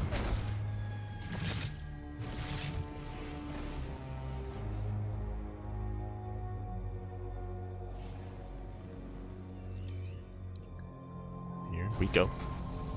For now. Oh, hello. As we're running it back. That is a 3rd CC before factory, before 2nd racks. It is 3cc 3 racks. This is the same build we just had last game. So same build here from Clem. Hyper greedy. And we'll see if Solar can get a bit of read on what's going on. Remember, last game Solar had an inefficient response to this, because Solar believed it was a 2-1-1. If you remember, that's when Solar was, he like made an excess amount of Zerglings, went into the fast upgrade, delayed his Baneling Nest, delayed his lair, delayed his upgrades.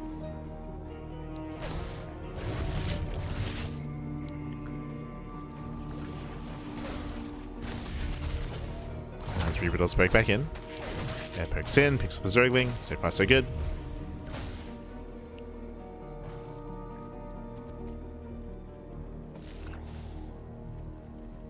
So far, so good.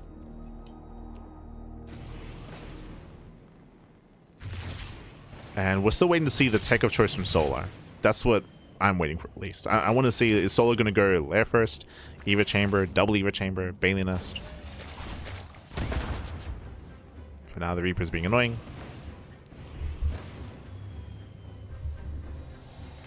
Behind this, the 3rd orbital is now done. Remember, faster triple SV production and triple mule production as well. Oh, Ling does poke in, does not scout. Solar does see an excess amount of Marines. So again, in Solar's mind, he's kind of crossing off what build this could be. Single Eva Chamber. It's looking very similar to the last game. Very, very similar. Where Solar, he has not seen the 3rd. And he hasn't seen the lack of factory either. And I don't... Okay, double Eva Chamber. Okay, I do like this more. Okay. Double Eva Chamber out of Solar, double upgrades. This is a greedier build from Solar, which I like a lot more. Last game, he was a little more tentative, a little more reserved. So unlike last time, this time he'll have stronger upgrades with faster 1-1.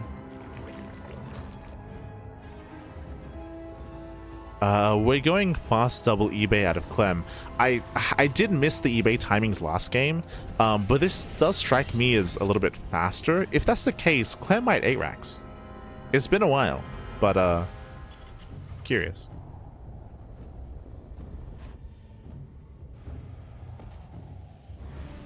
I feel like for Maru's 8 racks, I think he does get his eBays faster than this though.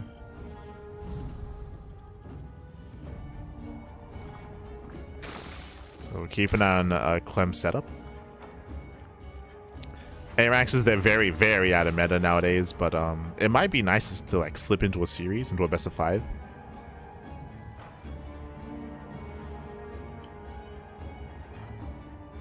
For now, Clem moving out. He's moving out, and he will be able to apply some pressure here. We do see that Solar, he is reacting with his Lings. And remember, Solar, he's this time getting faster upgrades.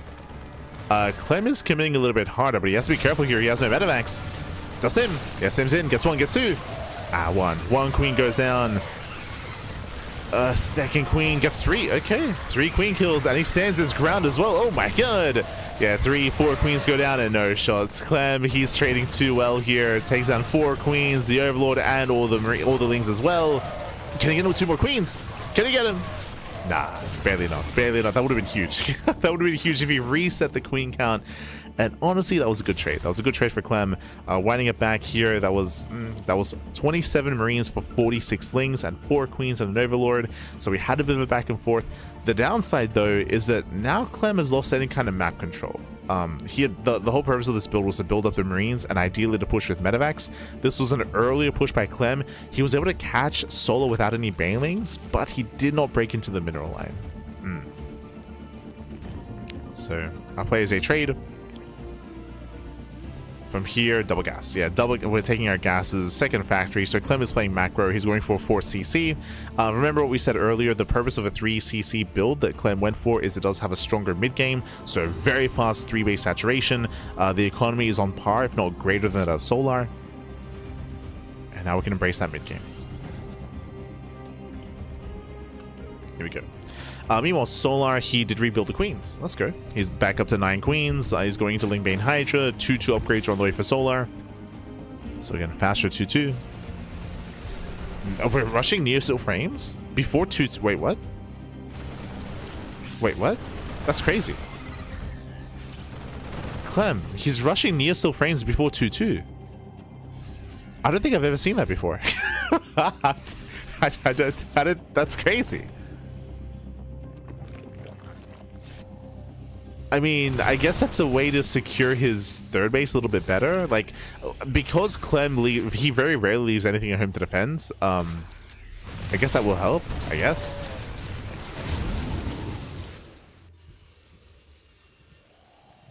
I'm gonna have to, hold on, I'm gonna look it up. In my brain, Neosteel frames only affected like planetaries and bunkers and such, but...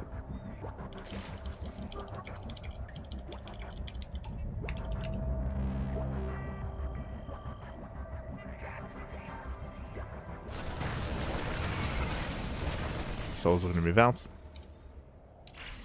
Oh, he cancelled. Okay. I was very confused. Okay.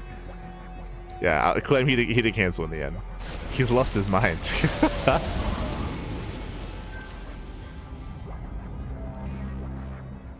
Yeah, it says here.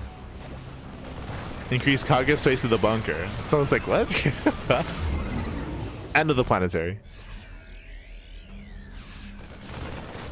There we go. Yes, Clem does move in. We do see that Soul's completely. He's just across the map. He's just committing. Yeah, Soul is just committing across. He's going for it. Oh my god. Mind Shot connects. But that's still a lot of Banelings. Soul's committing. It's all or nothing. Yeah, he's rolling in. Catching 2 more Banelings. Do we have any more mines behind this? The answer is no. Yeah, no more mines. Solar, he's breaking on through. Pushing into the mineral line. Nice spread here from Clem. He splits well.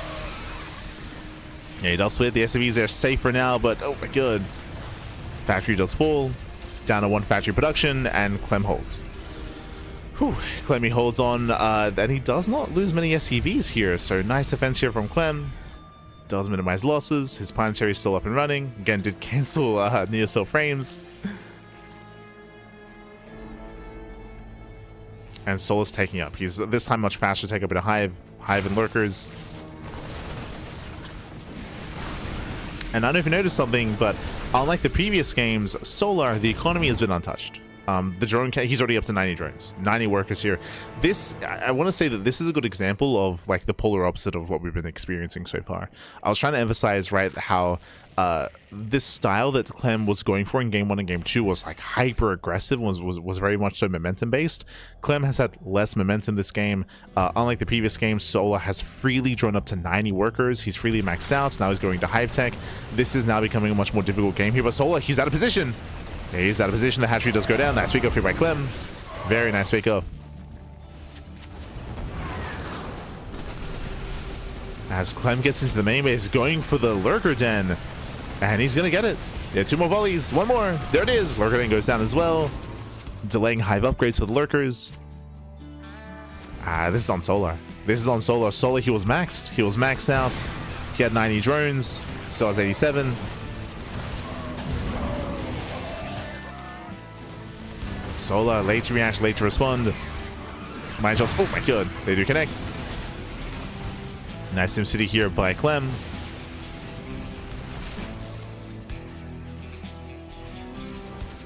Nice SimCity. I'm pulling away. Oh! Nice late reaction. But no major connections. Clem just trading with the army, trying to force out Banelings. Trying to force trades, so he will lose all the Marauders. And Marauders are going down. Lurkers are still heavily delayed here. Lurker Den is just now finishing. What's important as well, Lurker upgrades. Also very delayed. Oh, the Queens. Queens getting caught out. And Queens getting caught. Creep is being denied. Droppers unloading on the top side. I will say this is still so far the best game that we've seen out of Solar when it comes to just the position that he's found himself in, but it's still hard, it's still difficult. He will still lose another expansion. Another hatchery goes down. Another 2 hatcheries fall even. Another 2 hatcheries are being denied. Clem doing the best he can to slow down the growth of Solar. Dropping into the main base. Liberators to do siege. Steaming on in. Ooh, catching out 2 more queens. No backup mine though. Yeah, he's pulling back. And not the mine shot he was hoping for. Hydras are in position. This time the drops are being... they're still being zoned away. Jesus. This is getting a better... This is getting out of hand. Getting out of hand in the sense that these medevacs are being killed. Yeah, medevacs are falling. Drops are being denied. Solar, he's stabilizing. Clem needs more damage. He does get another base. Sims in. Yeah, Sims in and barely takes down hatchery. Ooh, we'll lose a full medevac though. Full medevac goes down. As we were trying to mention, like Clem, he's been losing more drops, more medevacs, more marines. It's been messier this time for Clem. Oof. Losing 2 more mines. Solar, he still doesn't have Lurker upgrades. They're still coming. Solar committing in. That's a kill. Yeah, kill and a cancel. Mine shot on the Banelings. That's another kill and another CC. Nice mining clouds here from the Hydras, and then the planetary falls. Massive pick off. Yeah, planetary goes down. Going for another CC. Hydras a lunge in. Oh, doesn't quite drag the mines. Yeah, not quite here, but still nice economic damage. At the same time, Clem attempts to counterattack. Looks like he will kill another expansion. It's going to be close. Not enough. Not enough DPS. It was close.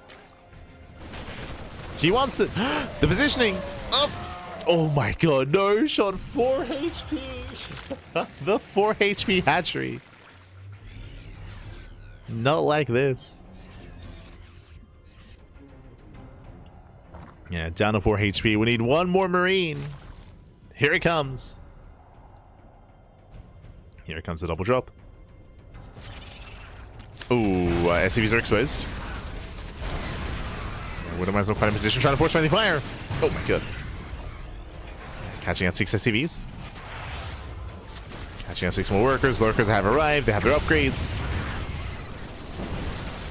They have their upgrades. Oh my god. My shots are insane.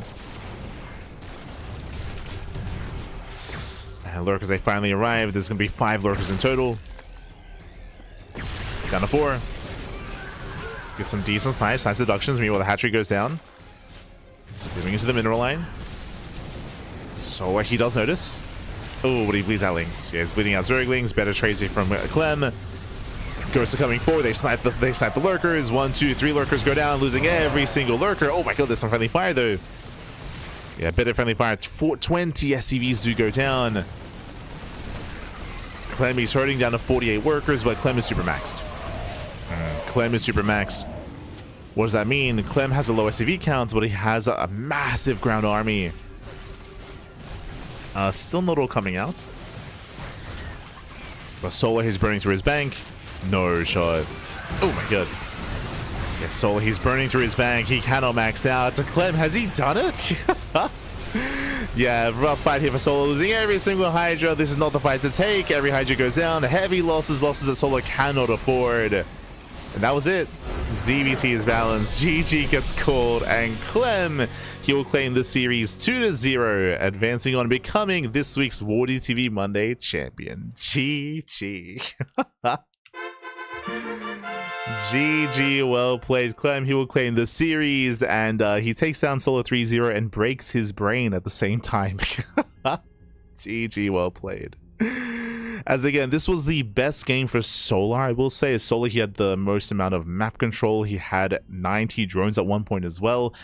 But if you notice, Solar, he was being caught off guard time and time again by the drop play. Once again, we did see multiple moments where Solar was out of position. He was out of position and drops were just tearing him apart. Not just that, but there were a couple of key moments as well. I would say specifically when Clem dropped into the main base and sniped the lurker den. The attempted lurker tech for Solo was very delayed, incredibly delayed as well. And Solo, because he felt so pressured to counterattack, I mean, that's why he was always out of position. Like, he had a very hard time maintaining his fringe bases, hatchery after hatchery that were going down. It was insane seeing Clem snipe these bases just barely. We saw, like, what, 4 or 5 hatcheries get sniped throughout the course of that game. And Solar, he had a very hard time keeping up. GG well played. I'll also say that Solo was also trying to be more aggressive, and he was being punished for it as well. We saw a lot of really brutal mine shots to Solo trying to force his way into the bases. At some points he was successful. I will say towards the end, remember, Solo, he did knock Clem down to a very low SCV count, but we saw a really rough fight towards the end where he just kind of aped into an army. And part of that is because he had no bank, right? He had no bank. He was burning through his bank and did run out of steam. GG. Whew, hey. And GG, well played. And with that, we are now getting into, congratulations to Clem. He does claim the series 3-0. GG, well played. Again, a very intense series here. So what you're telling us is that optimal Terran versus Zerg play requires energy drinks wired to your veins to keep up. See, papi, see. Remember, Clem is literally the best Terran player in the world. I will say that from what we've seen, Cure, Bjorn, and Maru have a really hard time replicating this kind of play. This kind of like multi-pronged aggression, attention, and speed. This is why I mentioned it. I've been mentioning it a couple of times throughout the past week that that Clem, if any Terran player right now is gonna like brute force TVZ with pure mechanics, it's gonna be Clem. Like Clem, it's just through sheer like multitasking and speed and just sheer mechanics of like drop play and picking up and counterattacking, and just trying to outspeed his opponent. Like that's like, if anyone's going to do it, it's going to be Clem, like over Maru, over Bjorn, over Cure. But the issue here, as we mentioned, is that if there's a Zerg player that is like equivalent or near equivalent to speed, that's when it's like it shows just how difficult it is to kind of play this style. And again, that's where I bring it back to like Serral, to Serral versus Clem, which was very one-sided. What is Serral? He 6-0'd Clem. Like that was last weekend, by the way. 6-0'd him. It was crazy. But Solo's not known for his speed, right? Solo, he's the rock bappy.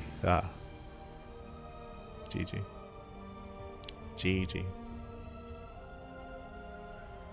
But again, crazy games, crazy games. And with that, we are going to be wrapping up our broadcast. Going to be wrapping up here. Hope you guys enjoyed yourselves. Hope you guys had a great time. Again, I've been saying this for the past couple of weeks here. I do think that TVZ is fun depending on the player involved, right? Like, again, as I mentioned, no shade to some of the other players, but like Bjorn and Kira and Maru have a really hard time replicating this style. Really hard time. So their matches are very different. But they do attempt to replicate it. Like, again, I'm thinking of Kira. If you're watching Kira versus SHIN, was it? We'll say Kira versus SHIN last week. Kira, he was also playing just like this as well. Like, it's just high octane, hyper aggression. But the problem is that, like, again, once you start losing medevacs, like, the momentum swings away from you, and it can look rough for the Terran. But GG. GG, well played. With that, we're going to be wrapping up. Here for the time being. Our next broadcast is going to be tomorrow morning. Let's catch up on our schedule. Let's go. Let's catching up here. So from the beginning, from the morning, we just wrapped up a GSL CK this morning over on Twitch and YouTube. But we just wrapped up WardiTV Monday, Tuesday evening. Tomorrow morning, going to be live with the Pegasus Cup. Pegasus Cup is tomorrow morning. That's going to be in around 9 hours. 9 hours time, we're going to be live with Pegasus Cup. We have the Pondcast tomorrow evening. Then we have Kung Fu Cup on Thursday, Crank Gathers on Friday and Saturday, and we have the MSO and STC over the weekend as well. So a week full of StarCraft here tonight. A lot of StarCraft, a lot of content. I'll try to stream like scattered throughout this as well. Had a short cheeky ladder stream just before this cast. Might do another one tomorrow as well. We'll see. We shall see. But otherwise, thanks for watching, and we'll see you guys tomorrow. If you want to follow us, you can do so on the socials, !socials in the chat, and Patreon as well. You can support us by following us, of course. And again, if you want to follow myself, !light in the chat. I'm gonna try to stream a little bit more often. I only had my first ladder session of the season today. Like, I barely get any time to play, but I miss it. I do miss streaming, do miss playing. So gonna try to find some time, just carve out some time to get some ladder in and maybe stream some other games. If you're curious, I don't have my personal streams here. We leave the CranKy Ducklings just for casting, tournaments, and team related content like the Pondcast. If you want some ladder content, you want to see me smudge on the ladder, live VIP. See you next time. Ciao, puppy, ciao. Till next time.